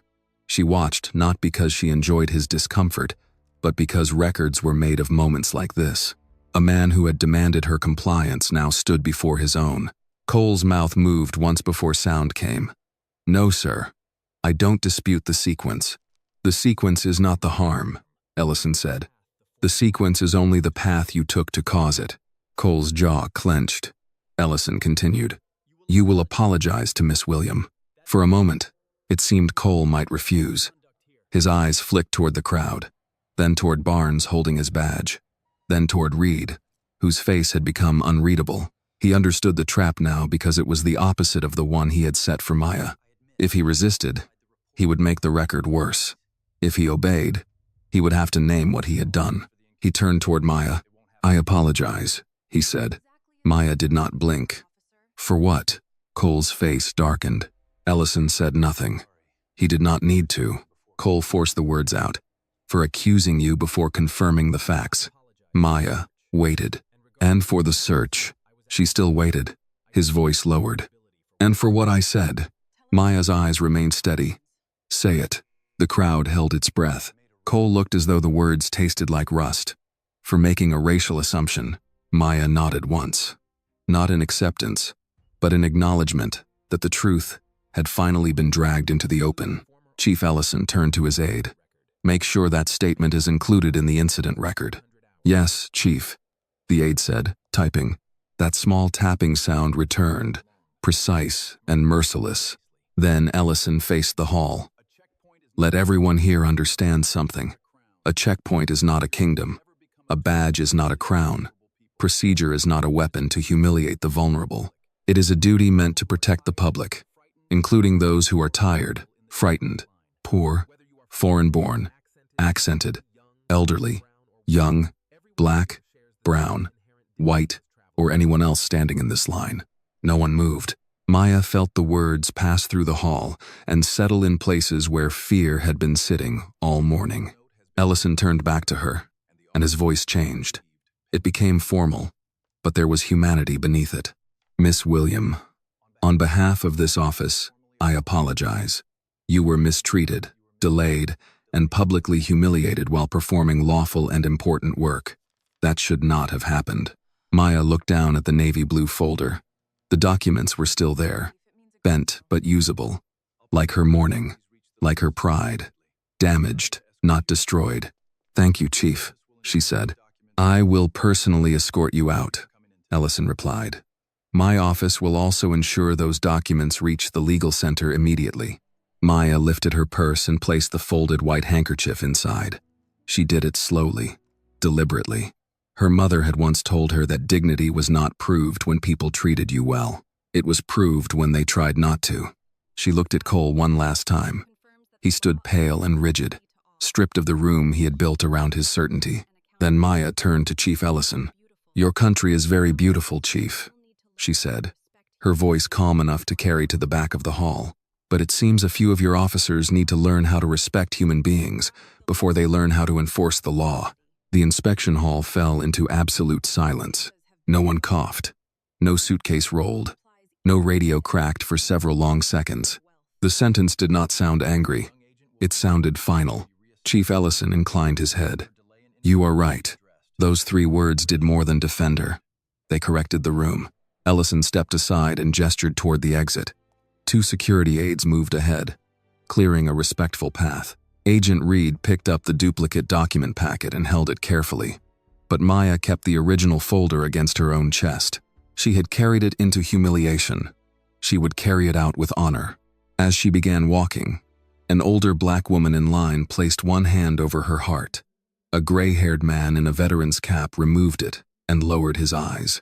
A mother whispered to her child, "Remember this." Maya walked past them without rushing. Her back was straight. Her face was composed, but inside, she felt the weight of every stare, both the ones that had accused her and the ones that now wished they had done more. Behind her, Officer Travis Cole remained near the counter. His badge was still in Barnes's hand. His report was unfinished. His apology was recorded. His future had begun to collapse in the quiet, official way. Futures collapse when truth finally enters the file. At the threshold of the main exit corridor, Maya paused and looked once more at the black security camera above lane 4. This time, she did not look at it as a witness against her. She looked at it as a witness for the truth. Then Chief Ellison walked beside her, and together they left the inspection hall that had tried to make her small. The moment Maya stepped into the exit corridor, the checkpoint sounded different behind her. The same radios crackled. The same shoes moved over tile.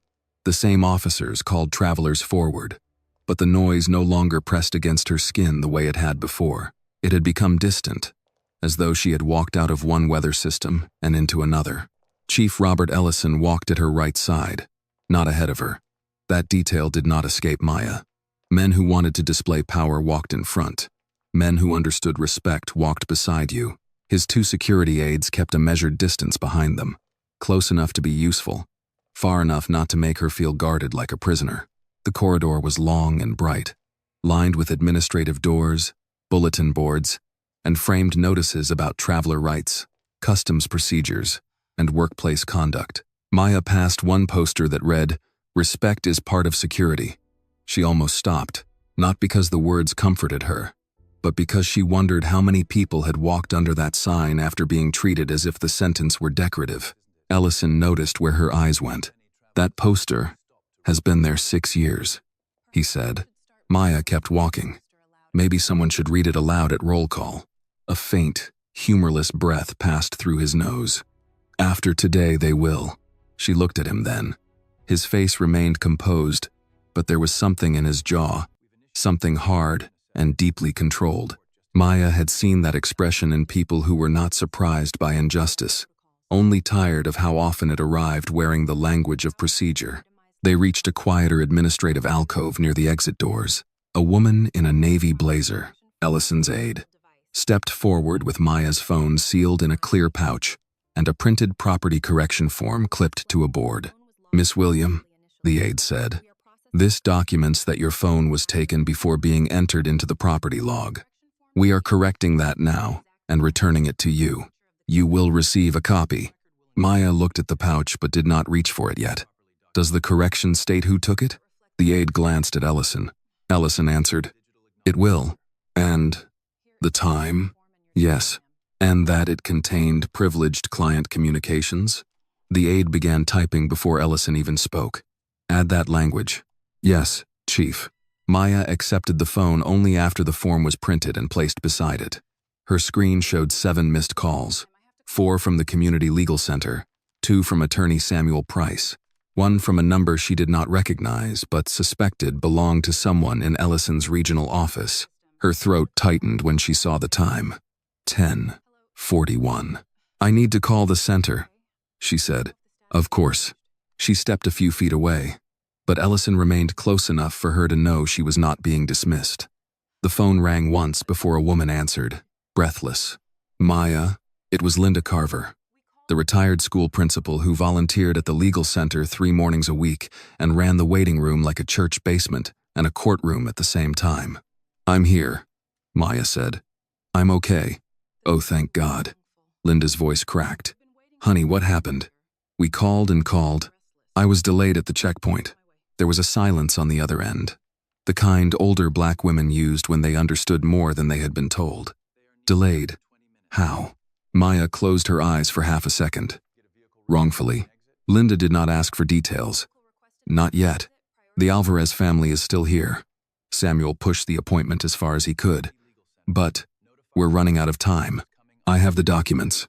We need them within 20 minutes. Maya looked at Ellison. He had heard enough. He lifted one hand to his aide. "Vehicle at the south exit. Clear route to the East Laredo Community Legal Center. Notify them that Miss William is coming under official escort." The aide nodded and moved at once. Maya spoke into the phone. "I'm on my way." Linda exhaled. "We'll be at the door." Maya ended the call and held the phone tightly for a moment. The device felt ordinary in her hand. Too ordinary for something that had been taken, as if she had stopped being entitled to her own life. Ellison turned to her. "Miss William, I know you need to leave immediately, but before you do, I want to say this clearly. What happened to you this morning was not a misunderstanding." Maya looked up. He continued. "A misunderstanding is when people lack information. Officer Cole ignored information. That is different." For the first time since he entered the room, Maya felt something close to exhaustion press against her knees. She did not sit. She simply shifted the folder against her chest. I'm used to people calling things misunderstandings after the damage is done, she said.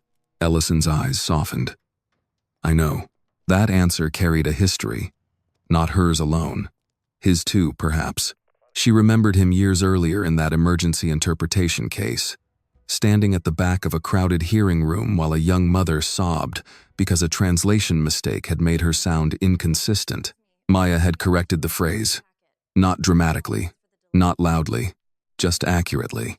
Ellison had watched the entire room change because one word had been returned to its proper meaning. He had told her then, a badge is not a crown. Now, in the corridor, Maya wondered how many crowns he had spent his career trying to remove from men who mistook public service for personal territory. A security aide opened the exterior door.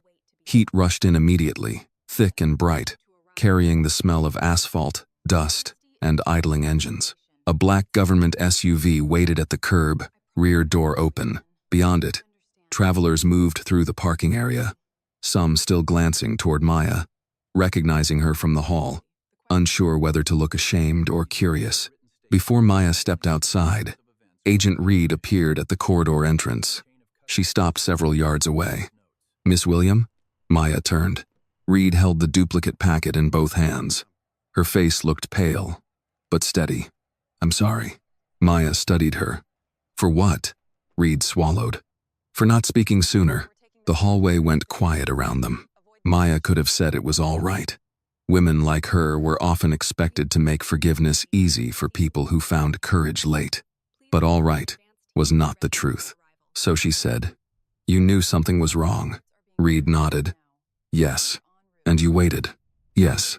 Maya let the admission stand there long enough for Reed to feel its shape.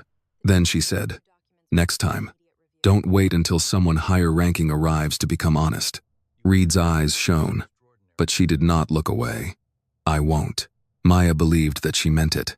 Whether meaning it would survive the next hard room, she did not know. But she had learned not to despise small beginnings. Some people woke up slowly. The question was whether they stayed awake. Ellison looked at Reed. Agent Reed, your written statement is due before the end of shift. Full sequence.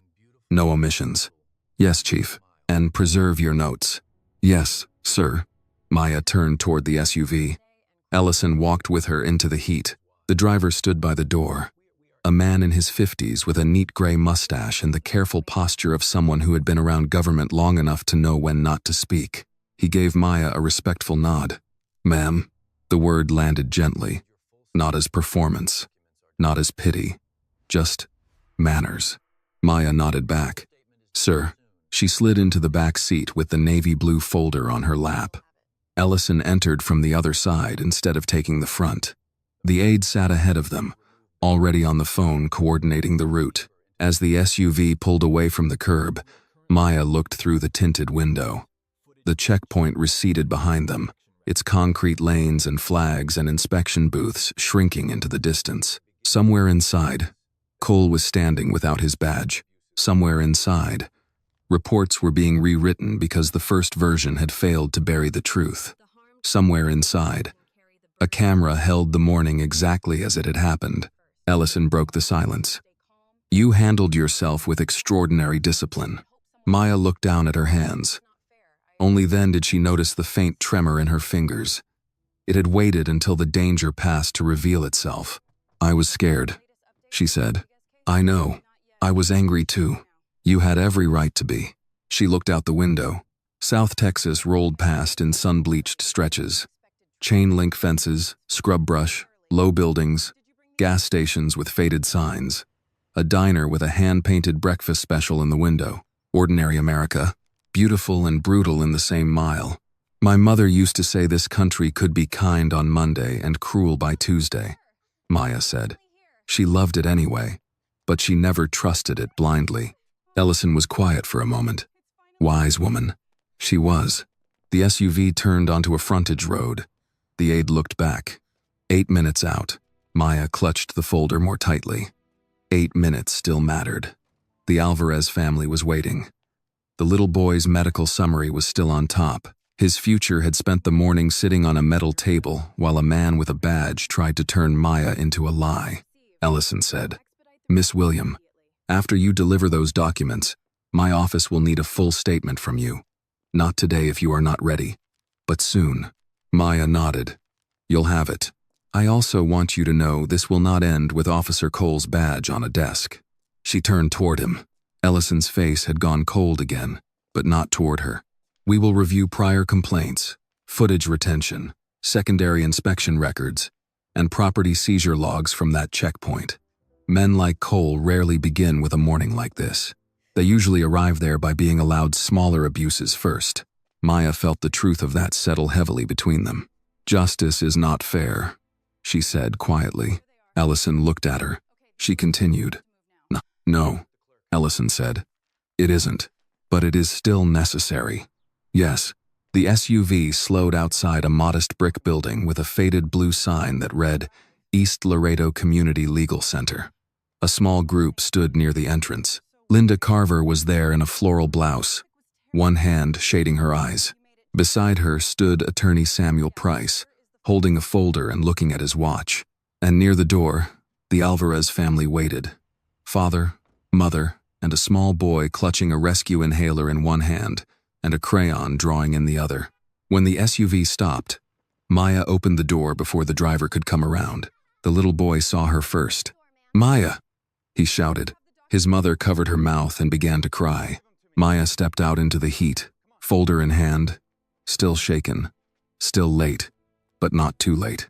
And for the first time all morning, she allowed herself to hurry. The little boy reached Maya before anyone else did.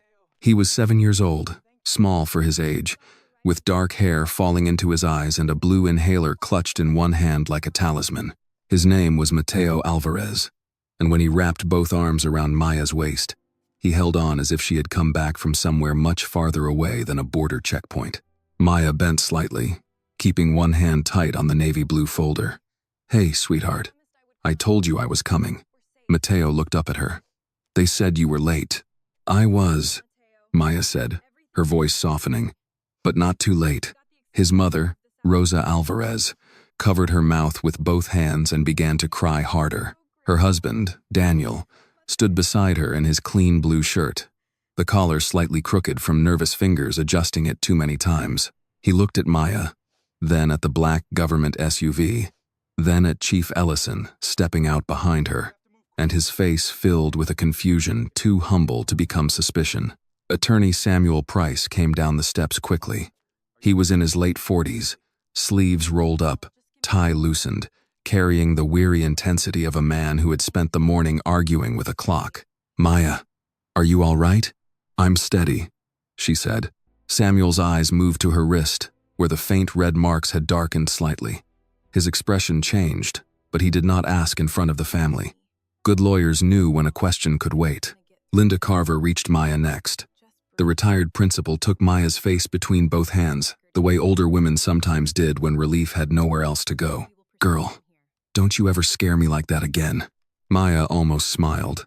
I didn't schedule it. Linda's mouth tightened, and for a second, Maya saw the older woman fighting tears with discipline, learned across decades of school board meetings, parent conferences, church funerals, and children who came to class hungry but still tried to read. I know what that means, Linda said, quietly. Chief Ellison stepped forward. Mr. Price? Samuel straightened. Samuel Price, counsel for the Alvarez family and cooperating attorney with the center. Robert Ellison, regional immigration director. They shook hands. Ellison's grip was brief and official. Miss William was wrongfully delayed. My office will provide written confirmation if needed for the record. Samuel's eyes narrowed slightly, not at Ellison, but at the phrase, wrongfully delayed. We will need that. You'll have it. Maya held out the folder. The originals are here.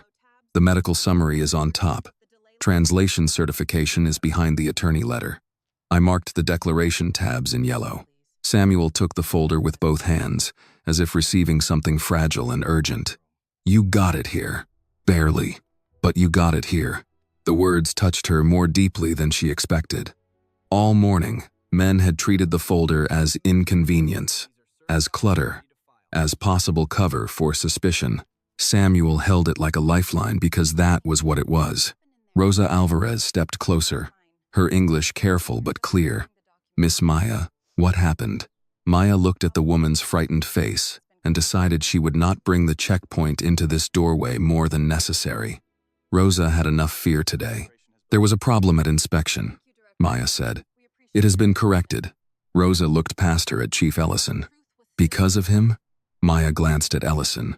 "Because the truth was still there when someone finally looked." Mateo tugged at her sleeve. "Did they yell at you?" Maya knelt in front of him. The movement made her wrist ache, but she ignored it. "Some people did." His face darkened with a child's simple anger. "That's mean." "Yes," Maya said. "It was." "Did you yell back?" "No." "Why?" Maya looked at the inhaler in his hand, then at the little drawing he held in the other. It showed a woman with a folder standing in front of two large doors. He had drawn many people behind her, all smaller, all waiting.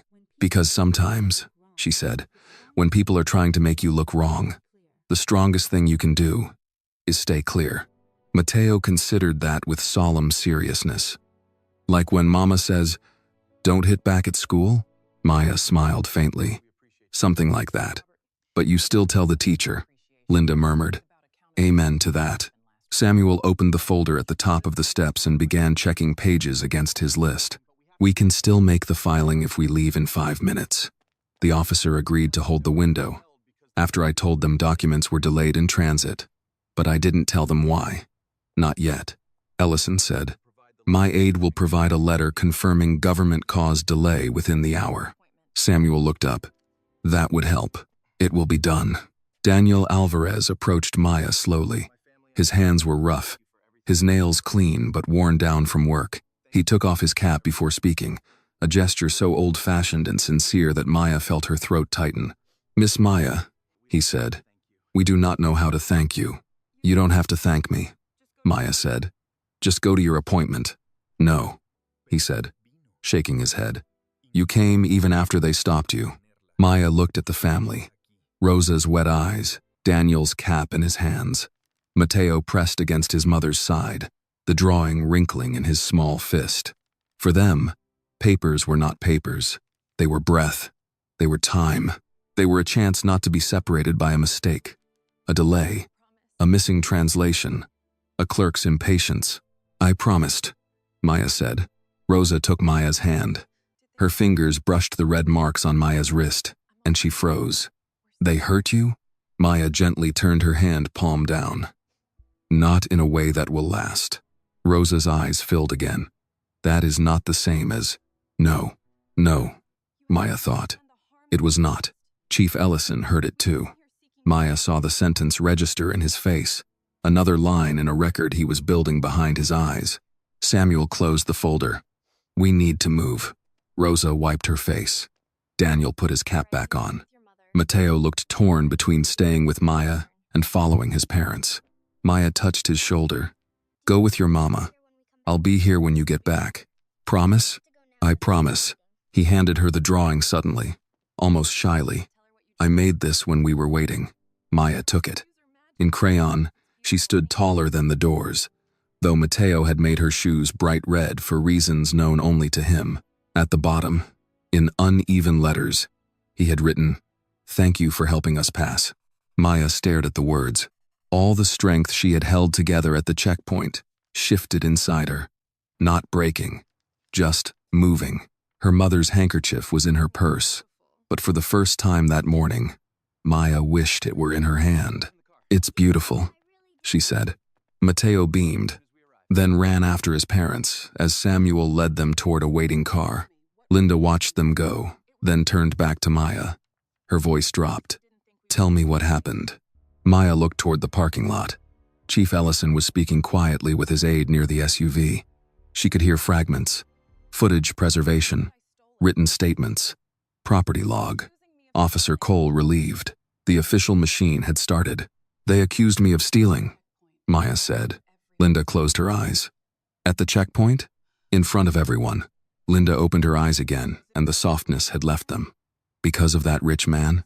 Because of his panic," Maya said. "And Cole's prejudice." Linda's jaw tightened. "Those two make a terrible marriage." Maya almost laughed. but it came out as a tired breath. Linda stepped closer. "You need to sit down. I need to give a statement. You need water, and 5 minutes where nobody asks you to be brave." Maya looked at her then. Really looked. Linda Carver had spent 35 years as a school principal in a public system that rewarded women for being unbreakable and then punished them for showing the cracks. She knew exactly what she was asking. Maya nodded. Inside the legal center, the air smelled of coffee, copier, toner, and the faint sweetness of donuts left too long in a cardboard box. Folding chairs lined the waiting area. A bulletin board held flyers for citizenship classes, tenant rights clinics, free vaccination days, and a church fish fry on Friday night. Ordinary community things. Human things. The kind of place that had no marble floors, no armed officers at the door, no flags arranged for intimidation, and yet held more dignity than the inspection hall had managed all morning. Linda guided Maya to a chair near the corner and handed her a paper cup of water. Maya sat. The moment she did, her body remembered it had been standing against fear for nearly 2 hours. Her shoulders lowered. Her wrist throbbed. Her stomach turned with delayed anger. She placed Mateo's drawing on her lap and held the cup with both hands. Chief Ellison entered a minute later, but he did not approach immediately. He stopped near the doorway, saw Maya sitting, and waited. That restraint mattered too. After a moment, Maya looked up. "Chief," he came over. "Miss William, the family is on their way?" "Yes." "Good." Linda stood beside Maya like a guard dog in a floral blouse. "She needs a minute." Ellison nodded. "She can have as many as she needs." Maya shook her head. "No. I want the statement started while everything is fresh." Linda sighed. "Of course you do." Ellison pulled a chair around, but before sitting he asked, "May I?" Maya nodded. He sat across from her, not behind a desk, not above her, but level. His aide remained a respectful distance away with the tablet. Ellison said, "Start wherever you are ready." Maya looked at Mateo's drawing one more time. Then she folded it carefully, placed it beside her mother's handkerchief in her purse, and raised her eyes. "It started when Officer Cole pointed at me," she said. "He said, 'She's the one who stole the money.'" The aide began typing, and this time, every word Maya gave the room had somewhere official to go. Maya spoke for 43 minutes, without once raising her voice.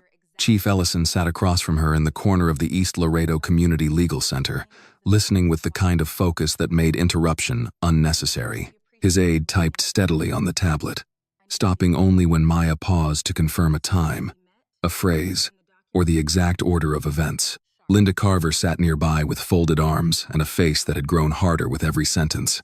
The room around them continued its quiet work. A printer clicking near the back office, a volunteer answering phones, an elderly man filling out a form with the careful pressure of someone afraid one wrong box could cost him everything. Maya began at the moment Officer Cole pointed at her. She repeated his words exactly. "She's the one who stole the money." She described how he identified her as the black woman in the cream blouse, how he ordered her to open her bag before any footage was reviewed, how he grabbed her wrist, how Harrington added his own insult, how her belongings were dumped in front of strangers. She did not dramatize. She did not soften. She gave the truth as if placing evidence on a table one item at a time. When she reached the part about her mother's handkerchief, her voice slowed. "He opened it," she said, then dropped it on the counter. The aide kept typing, but Linda looked away toward the bulletin board. Ellison noticed the change. "Was the handkerchief damaged?" "No," Maya said. "Just handled like it had no meaning." Ellison nodded once. Not because he needed the distinction explained, but because he understood that some injuries did not leave marks and still belonged in the record. Maya continued. She described the false statement form, the attempt to frame her refusal as non-cooperation, the phone taken without visible logging, Mrs. Harrington's repeated doubts, Reed's hesitation, Cole's refusal to pull footage.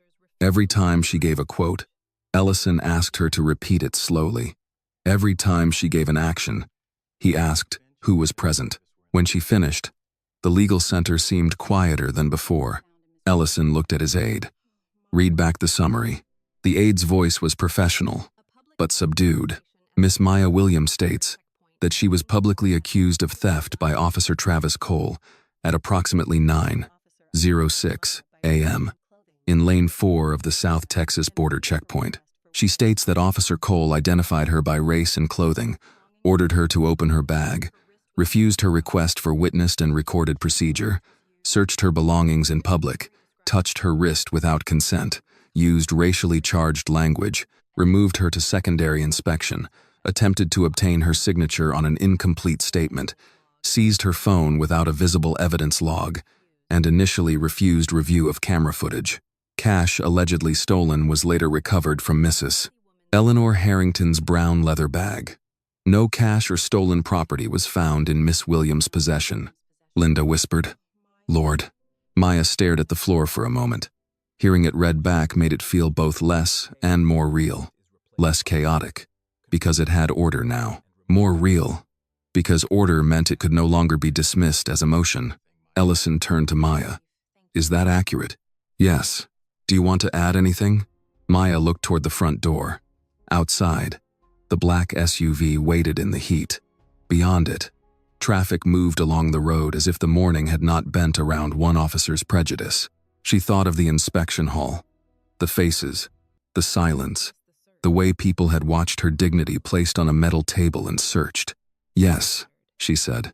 The crowd mattered. Ellison waited. Not legally, maybe, Maya continued, but it mattered. People saw what was happening. Some knew it was wrong. They looked away because looking away was easier than becoming involved. That is part of how men like Cole keep doing what they do. The aide typed. Linda nodded slowly. That belongs in there, Ellison said. It does. Maya looked at him. Will it matter? The question was quiet, but everyone heard the weight inside it. Ellison did not answer too quickly. It will matter. If we make it matter. That is not the same as yes. No, he said. It isn't. Maya respected him more for not pretending. Before anyone could speak again, Samuel Price returned through the front door. His shirt sleeves were rolled higher now, his tie folded into his pocket, and sweat darkened the collar of his blue dress shirt. But his face carried good news before his mouth did. They accepted the filing, he said. Maya stood too quickly, and Linda reached out as if to steady her. Samuel smiled, tired, but genuine. The Alvarez appointment is preserved. Medical summary included. Translation certification accepted. The delay letter from Chief Ellison's office helped. For the first time that day, Maya's eyes filled. She looked down and blinked hard, refusing to let the tears fall in front of everyone, then changed her mind. She let one fall. Just one. It slipped down her cheek and disappeared before she could wipe it away. Linda saw it and said softly, There she is. Maya laughed once, small and broken. Don't start. I'm not starting. I'm witnessing. Samuel stepped closer. Maya, I need to ask. Do you want representation for what happened at the checkpoint? Ellison's aide paused typing. Maya looked at Samuel. Are you asking as a lawyer or as a friend? Both. But the lawyer needs to say it clearly. What happened to you may support a civil rights complaint, an administrative complaint, and a demand to preserve all evidence. The sooner we send notice, the harder it is for anything to disappear. Ellison said, My office has already issued a preservation order internally. Samuel looked at him. Respectfully, Chief. We will send our own. Ellison nodded. You should. That answer seemed to satisfy Samuel more than any reassurance would have. Maya sat back down slowly. I don't want this to become only about me. It already isn't, Samuel said. Cole did not learn that behavior this morning. Ellison's face went still. I agree. Linda crossed her arms tighter. Then you better look at every person he dragged into that little room before Maya. Ellison turned to her. We will review prior complaints. Linda gave him the kind of look retired school principals reserve for promises from officials. Review is a polite word. I hope you mean dig. For the first time, a faint smile touched Ellison's mouth. Yes, ma'am. I mean dig. Maya looked down at her hands. The red marks on her wrist had faded at the edges but deepened at the center. She thought of Cole's fingers there. She thought of him saying his suspicion was evidence. She thought of the badge lying in Barnes's hand. how small it had looked once removed. How many people had mistaken that small piece of metal for something larger than the law? Samuel pulled a chair close. Maya, do you remember who else witnessed the search? Yes, she said. Agent Reed. Officer Barnes later. Mr. and Mrs. Harrington. Several travelers in lane 4. An older black woman wearing a green cardigan. A man in a veteran's cap. A mother with a little boy in a red backpack. There were cameras over lanes 3, 4, and 5. Lane 4 had the clearest angle. Samuel stopped writing and looked at her. Linda shook her head softly. This girl. Maya's mouth tightened.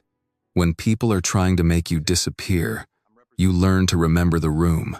No one spoke for a moment. Then Ellison said, "That may be the most important sentence said today." The front door opened again, and the Alvarez family returned. Rosa's face was wet with tears, but this time they were tears of relief. Daniel held Mateo's hand. Mateo ran to Maya but stopped just short, as if remembering adults were talking. "We did it," he said. Maya crouched slightly. "You did?" He nodded hard. "Mr. Samuel said we did good. You did very good." Rosa came forward and embraced Maya, gently at first, then tighter. "Gracias," she whispered. "Thank you. Thank you." Maya closed her eyes. For a moment, she let herself be held, not as a suspect, not as a witness, not as a woman forced to prove innocence, as someone who had done what she came to do. When Rosa stepped back, Mateo held out another piece of paper.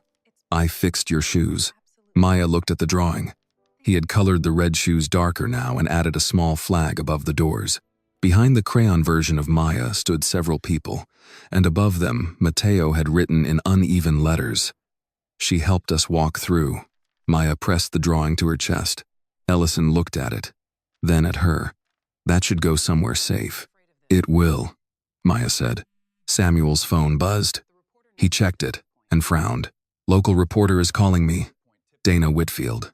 She says someone from the checkpoint tipped her that a traveler was falsely accused and escorted out by regional command."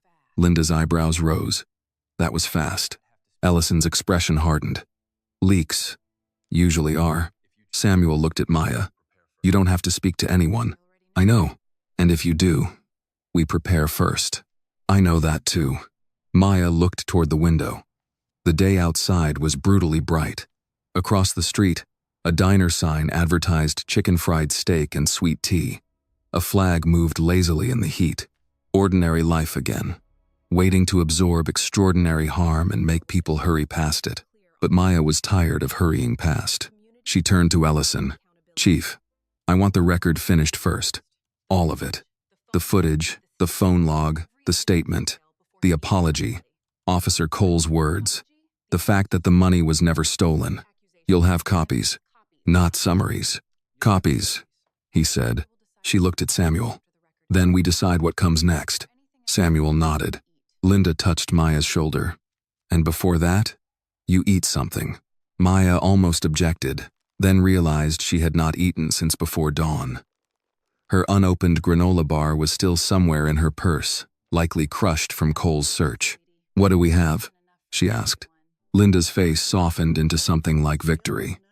"Coffee, stale donuts, and half a breakfast taco from the pastor's wife." Maya gave the first real smile of the day. "The taco." Linda nodded with satisfaction. "Now you're talking sense." Around them, the legal center returned to motion. Phones rang, papers moved. A child laughed. Samuel began drafting the preservation letter. Ellison's aide continued typing the official statement. The Alvarez family sat together, breathing easier than they had that morning. Maya remained seated with Mateo's drawing in her lap and her mother's handkerchief back in her purse.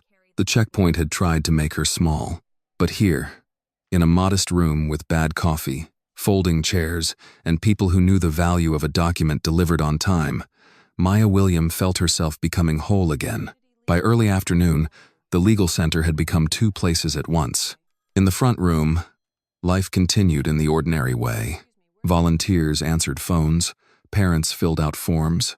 An elderly man asked Linda Carver where to sign his Medicare-related affidavit, even though the clinic did not handle Medicare, and Mateo Alvarez sat cross-legged on the floor, with a paper plate of donut holes, drawing another picture with a green crayon worn flat on one side.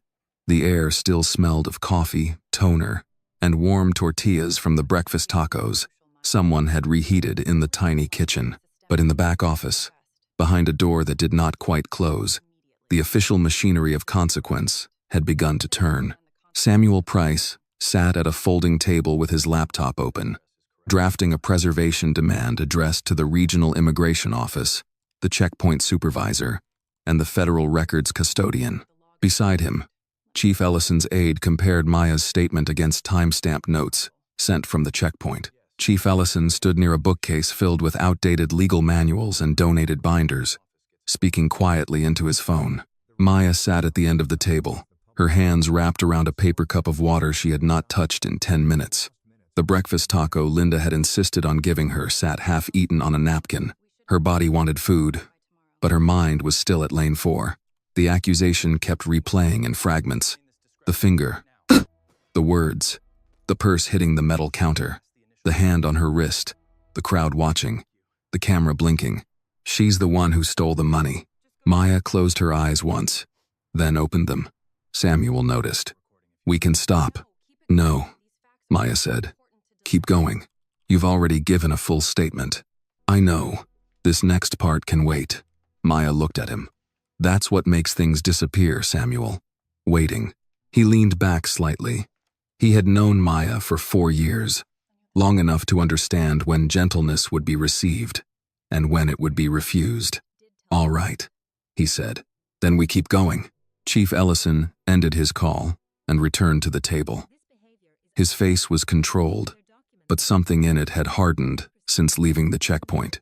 Maya saw it. "What happened?" Ellison sat down across from her. "Officer Cole's preliminary incident note has been pulled." Samuel turned from his laptop. "And?" Ellison's aide looked up from the tablet but did not speak. Ellison said, "It states that Miss William was moved to secondary inspection after becoming verbally aggressive during a theft inquiry and refusing to cooperate with officer instructions." Linda, who had just entered carrying a fresh pot of coffee, stopped in the doorway. "Verbally aggressive?" Maya laughed once under her breath. There was no humor in it. "Of course." Samuel's jaw tightened. "Does it mention the cash was recovered from Mrs. Harrington's bag?" "No." "Does it mention the public search?" "No." "The phone seizure?" "No." Cole's language. Ellison's eyes remained on Maya. "No." Linda set the coffee pot down harder than necessary. "That man lied before the ink was even dry. He wrote what he needed to survive," Maya said quietly. Samuel looked at her. "That does not make it less false." "No," she said. "It makes it familiar." The room went still around that word. Familiar. Not normal.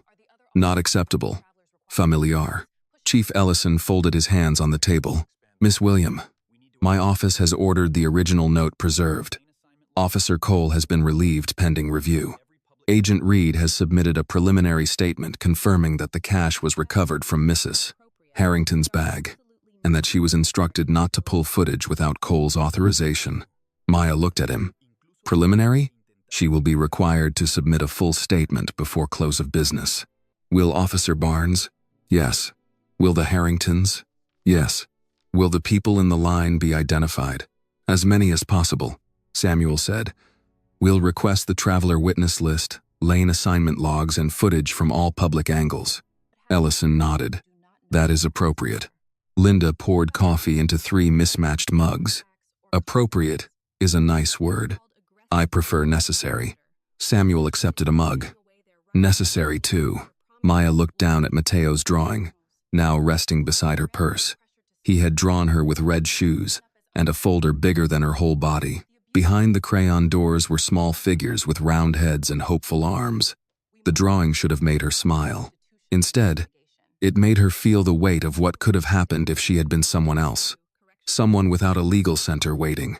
Someone without Samuel. Someone whose name Chief Ellison did not recognize. Someone too frightened to ask about cameras. She looked up. "Chief, what happens to the women who don't know what to ask for?" Ellison did not answer immediately. Linda crossed her arms. "That's the question," Maya continued. What happens to the man who speaks with an accent and gets called aggressive because he asks for an interpreter? What happens to the grandmother who signs something because an officer tells her it will make things easier? What happens to the teenager who cries and gets written up as unstable? Samuel stopped typing. Ellison's expression grew heavier with each example. Maya said, "Officer Cole did not invent that confidence this morning." "No," Ellison said. "He didn't. Then the review cannot start with me and end with me. It won't." Maya held his gaze. "I need more than that." For the first time, Ellison looked tired. Not weak. Tired. The kind of tired carried by people who have spent years trying to make institutions do what their posters claim they already do. "You are right," he said, "and I will put it in writing." Samuel leaned forward. "A formal scope?" Ellison nodded. "A regional administrative review of secondary inspection practices at that checkpoint, including prior complaints involving Officer Cole, property seizure logs, traveler demographic data where legally available, use of secondary inspection authority, and footage, retention, compliance." Linda stared at him. "That sounded like a government sentence. But I think it means you're digging. It means I'm digging." "Good." Maya looked down at her wrist. The red marks were still there, 2 curved shadows on brown skin. Not dramatic enough for people who needed visible harm to believe in invisible harm. She rubbed them once, then stopped. She did not want to hide them. Samuel noticed. "We should photograph your wrist." Maya hesitated. "It is evidence," he said gently. "I know. You don't have to like it. I don't. But we should do it." Maya extended her arm across the table. Samuel used his phone carefully, taking close photos and then one wider shot that showed her hand resting beside the navy blue folder. The folder and the mark in the same frame. The work she came to do and the force used to stop her. Linda turned away while he took the photos. She pretended to check on the coffee, but Maya saw her wipe one eye with the back of her hand. A knock came at the back office door. Agent Clara Reed stood there. She had removed her cap. Without it, she looked less like a uniform and more like a young woman carrying something heavy.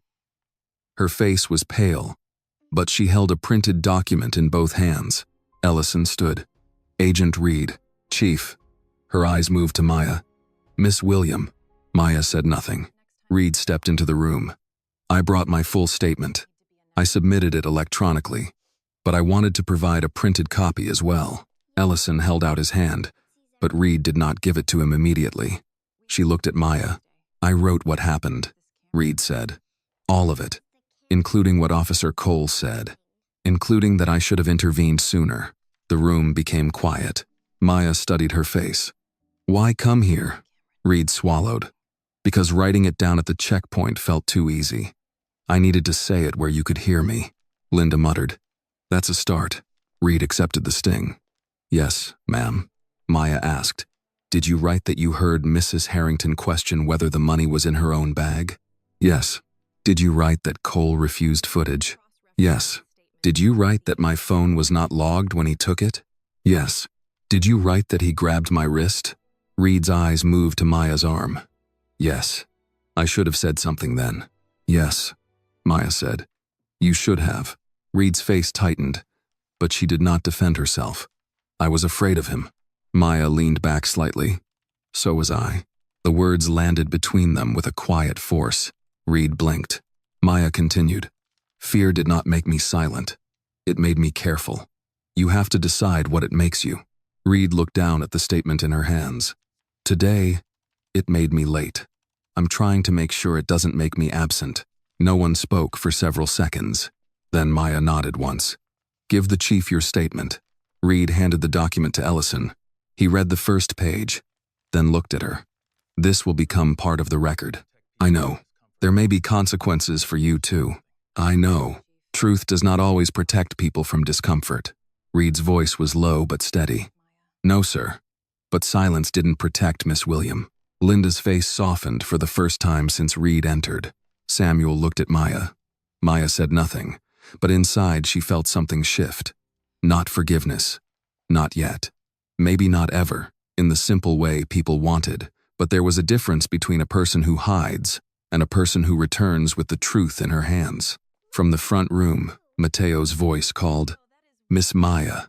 I made another one. The small interruption broke the heaviness just enough for everyone to breathe. Maya stood. "I'll be right there." Reed moved aside to let her pass. As Maya reached the doorway, Reed spoke again. "Miss William?" Maya turned. Reed's eyes were wet now. "Next time. I won't wait." Maya hilt Hergaze. "Make sure there doesn't need to be a next time," she said. Then she walked into the front room, where Mateo stood proudly beside a new drawing. This one showed a woman, a child, a folder, and behind them a large black camera in the corner of the page. "What's that?"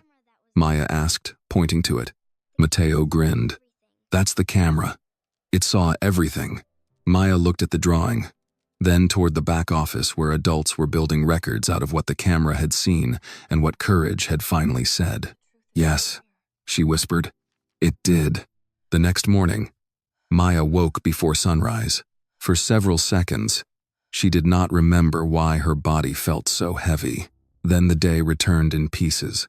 The inspection hall, Cole's finger, the metal table, the brown leather bag, Chief Ellison's voice, Mateo's drawing, the official statement printed and clipped into a folder before she left the legal center just after 7 in the evening.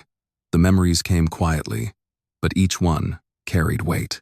Her apartment in San Antonio was still dark. A thin blue line of morning rested along the curtains. The air conditioner hummed in the window, fighting the July heat before the sun had fully risen. On the small kitchen table lay everything she had brought home the night before. Her purse, the navy blue folder, the property correction form, a copy of her statement, Mateo's 2 drawings, and her mother's white handkerchief. Maya sat at the table in her robe and looked at the handkerchief first. It was folded properly again. That mattered. She made coffee because her mother would have made coffee. Strong, no sugar, a little milk if the day had been especially cruel. While it brewed, Maya checked her phone. 32 messages, 11 missed calls, a link from Samuel Price, a formal email from Chief Ellison's office, 3 messages from Linda Carver, the last one reading, "Don't you dare come in early. Rest is also work." Maya smiled faintly. Then she opened Samuel's message. The subject line read, "Records received first batch." Attached were the first official copies, the corrected property log, Reed's statement, Barnes's statement, the Harringtons' written apologies, and a notice confirming that Officer Travis Cole had been placed on administrative leave pending investigation. There was also a short regional statement already sent to local press. Maya read it twice. It was plain enough to matter. A traveler, Maya William, was wrongly accused of theft at the South Texas checkpoint. The allegedly missing money was located among the reporting party's own family belongings. No stolen property was found on Miss William. An officer involved in the incident has been relieved from duty pending administrative review. All footage and records have been preserved. No flourish, no poetry, no comfort. But the lie had been corrected in writing. For a woman who worked with documents every day, that was not small. At 8:12, Samuel called. "You read it?" he asked. "I did. How are you?" Maya looked at the handkerchief. "Awake." "That's not an answer. It's the one I have." He accepted that. "Dana Whitfield wants to speak today. I told her no interview unless you decide, and if you decide, I'm present." "Good. There's more. Reed's statement is strong." Barnes confirmed. Cole refused to pull footage after Mrs. Harrington raised doubt. The Harringtons both admitted the cash was in Eleanor's bag the entire time. And Cole? His preliminary note is bad for him. Maya let out a slow breath. He wrote that I was aggressive. Yes. The footage says otherwise. The footage says otherwise. Maya closed her eyes. How many people had needed that sentence and never had it? Samuel's voice softened. "Maya, the administrative complaint is one part. The civil rights claim is another. The broader review may uncover more. This could take months. I know. Maybe longer. I know that too. I don't want you thinking yesterday fixed it." Maya opened her eyes and looked at Mateo's drawing. The crayon version of her stood between 2 doors, holding papers larger than her body. Yesterday didn't fix it. It made it harder to hide. Samuel was quiet for a moment. "That's a good line. It wasn't a line. I know. After they hung up, Maya showered, dressed, and pinned her hair back. She chose a blue blouse instead of the cream one. Not because she was afraid to wear cream again, but because today felt different.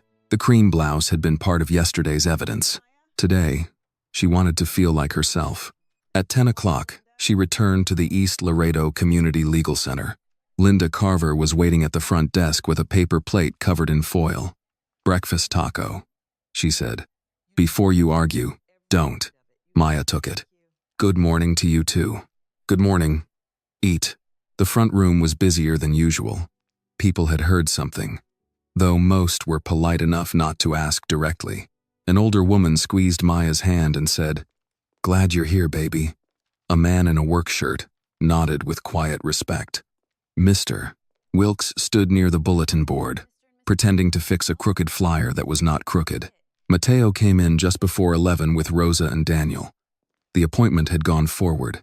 The case was not finished, but the family had not lost its place. Rosa hugged Maya again, this time without tears. Daniel brought a small paper bag from a bakery. "Pan dulce," he said. "For everyone." Linda took the bag with reverence. "Now that is how you say thank you." Mateo handed Maya another drawing. This one showed a big building with many windows. In front of it stood Maya, Chief Ellison, Linda, Samuel, Reed, and a small boy who had drawn himself taller than everyone else. Maya pointed to the figure with the badge. "Is that Chief Ellison?" Mateo nodded. "He helped." "Yes," Maya said. "He did. And that one is the lady who was scared but told the truth." He pointed to Reed. Maya grew still. Children noticed more than adults wanted to believe. "She did," Maya said. Mateo pointed to the corner of the page where he had drawn a man without a face standing far away. "That's the bad officer." Maya studied it. "Why doesn't he have a face?" Mateo shrugged. "Because he didn't see people." No one spoke for a moment. Linda, standing behind him, whispered, "Out of the mouths of babes." Later that afternoon, Chief Ellison returned to the legal center, not with escorts this time, but alone. He wore the same dark suit, though his tie was loosened and his sleeves were rolled once at the cuff. He looked less like an official arriving at a scene and more like a man carrying the weight of what came after the scene was over. Maya met him in the small conference room. He placed a folder on the table. "Preliminary review scope." As promised. She opened it. The language was formal, but clear enough. Prior complaints involving Officer Travis Cole. All secondary inspection records from the past 3 years. Traveler property seizure procedures. Footage retention practices. Demographic review where legally permitted. And interviews with staff assigned to Lane 4 and secondary inspection. Maya looked up. "This is broader than I expected." "It needed to be. Because of what happened to me? Because of what happened before you," Ellison said. "And because of what might happen after if we stop too early." Maya nodded slowly. He sat across from her. "Officer Cole will have due process. So will everyone involved. I won't promise an outcome before the review is complete. I wouldn't trust you if you did." A faint smile touched his face. "Fair, but I do expect honesty. You'll have it." Maya looked through the folder again. "And Agent Reed?" She submitted her statement. "She will remain on duty but reassigned during the review. Her delay in intervening will be addressed. Her cooperation will also be noted." Maya considered that. "Good." Ellison studied her. "You don't sound satisfied." "I'm not sure satisfaction is the goal." "What is?" She looked toward the front room, where Mateo was laughing as Mr. Wilkes tried to teach him how to sweep properly and failed with great dignity. "The goal," Maya said, "is that the next person doesn't have to be exceptional to be believed." Ellison leaned back slightly. The sentence seemed to strike him deeper than she intended. "That," he said, "should be written on every wall in the building." Maya shook her head. "No. Walls already have enough posters. Put it in training. Put it in discipline. Put it in the record." He nodded. "Then we will." Near sunset, after the families had gone, after Linda locked the file cabinets, after Samuel left for court with a briefcase full of documents and righteous exhaustion, Maya stayed behind to pin Mateo's drawings on the community board. The first drawing, "Thank you for helping us pass." The second, "The camera. that saw everything. The third, the faceless officer who did not see people. She placed them beside flyers for citizenship classes and free legal clinics, not as decoration but as testimony. Small, colorful, imperfect testimony. Mr. Wilkes stood beside her. Looks right there. Maya stepped back. You think so? I do. The legal center was quiet now. Outside, the Texas sky had turned orange and purple, the kind of beautiful that made a person understand why people crossed deserts, rivers, borders, and fear for the chance to stand under it freely. Maya reached into her purse and touched her mother's handkerchief. She thought of Marlene Williams standing in government offices years ago, holding that same piece of cloth, refusing to let confusion become shame. She thought of all the people who had taught her that dignity could be bent, delayed, searched, mocked, and still survive if someone kept hold of the truth. Her phone buzzed. A message from Samuel. Dana can wait until Monday. Rest this weekend. Then another from Linda. Though Linda was only in the next room. I mean it. Rest. Maya smiled. She turned off the lights in the conference room and walked toward the front door. Before leaving, she looked once more at the board. Mateo's drawing of the camera seemed almost alive in the dim light, its black crayon eye watching over the room. Yesterday, a camera had remembered what people tried to deny. Today, the record remembered. Tomorrow, perhaps, the system would be forced to remember too. Maya stepped outside into the warm evening. The street was quiet. A diner sign glowed across the road. Somewhere nearby, a church bell rang 6 times. Ordinary sounds, human sounds. She was still tired, still angry, still marked in ways no photograph could fully capture. But she was also standing, and sometimes, after a day built to make you kneel, standing was its own kind of victory. Justice did not always arrive with thunder. Sometimes it arrived as a woman who remembered every detail, refused to sign a lie, delivered the papers anyway, and kept walking until the truth had no choice but to follow. The lesson of Maya Williams' story is that dignity can survive even the cruelest accusation when a person refuses to surrender the truth. Prejudice often moves faster than evidence, and silence from bystanders can make injustice even stronger. But Maya's courage shows us that calm is not weakness, respect is not submission, and the law should never be used as a weapon against the vulnerable. True justice begins when someone remembers clearly, speaks honestly, and refuses to let a lie become the official story. Thank you for staying with this story until the very end. If it touched your heart, I would truly love to hear your thoughts on the storytelling, the emotional pacing, or whatever stayed with you after listening.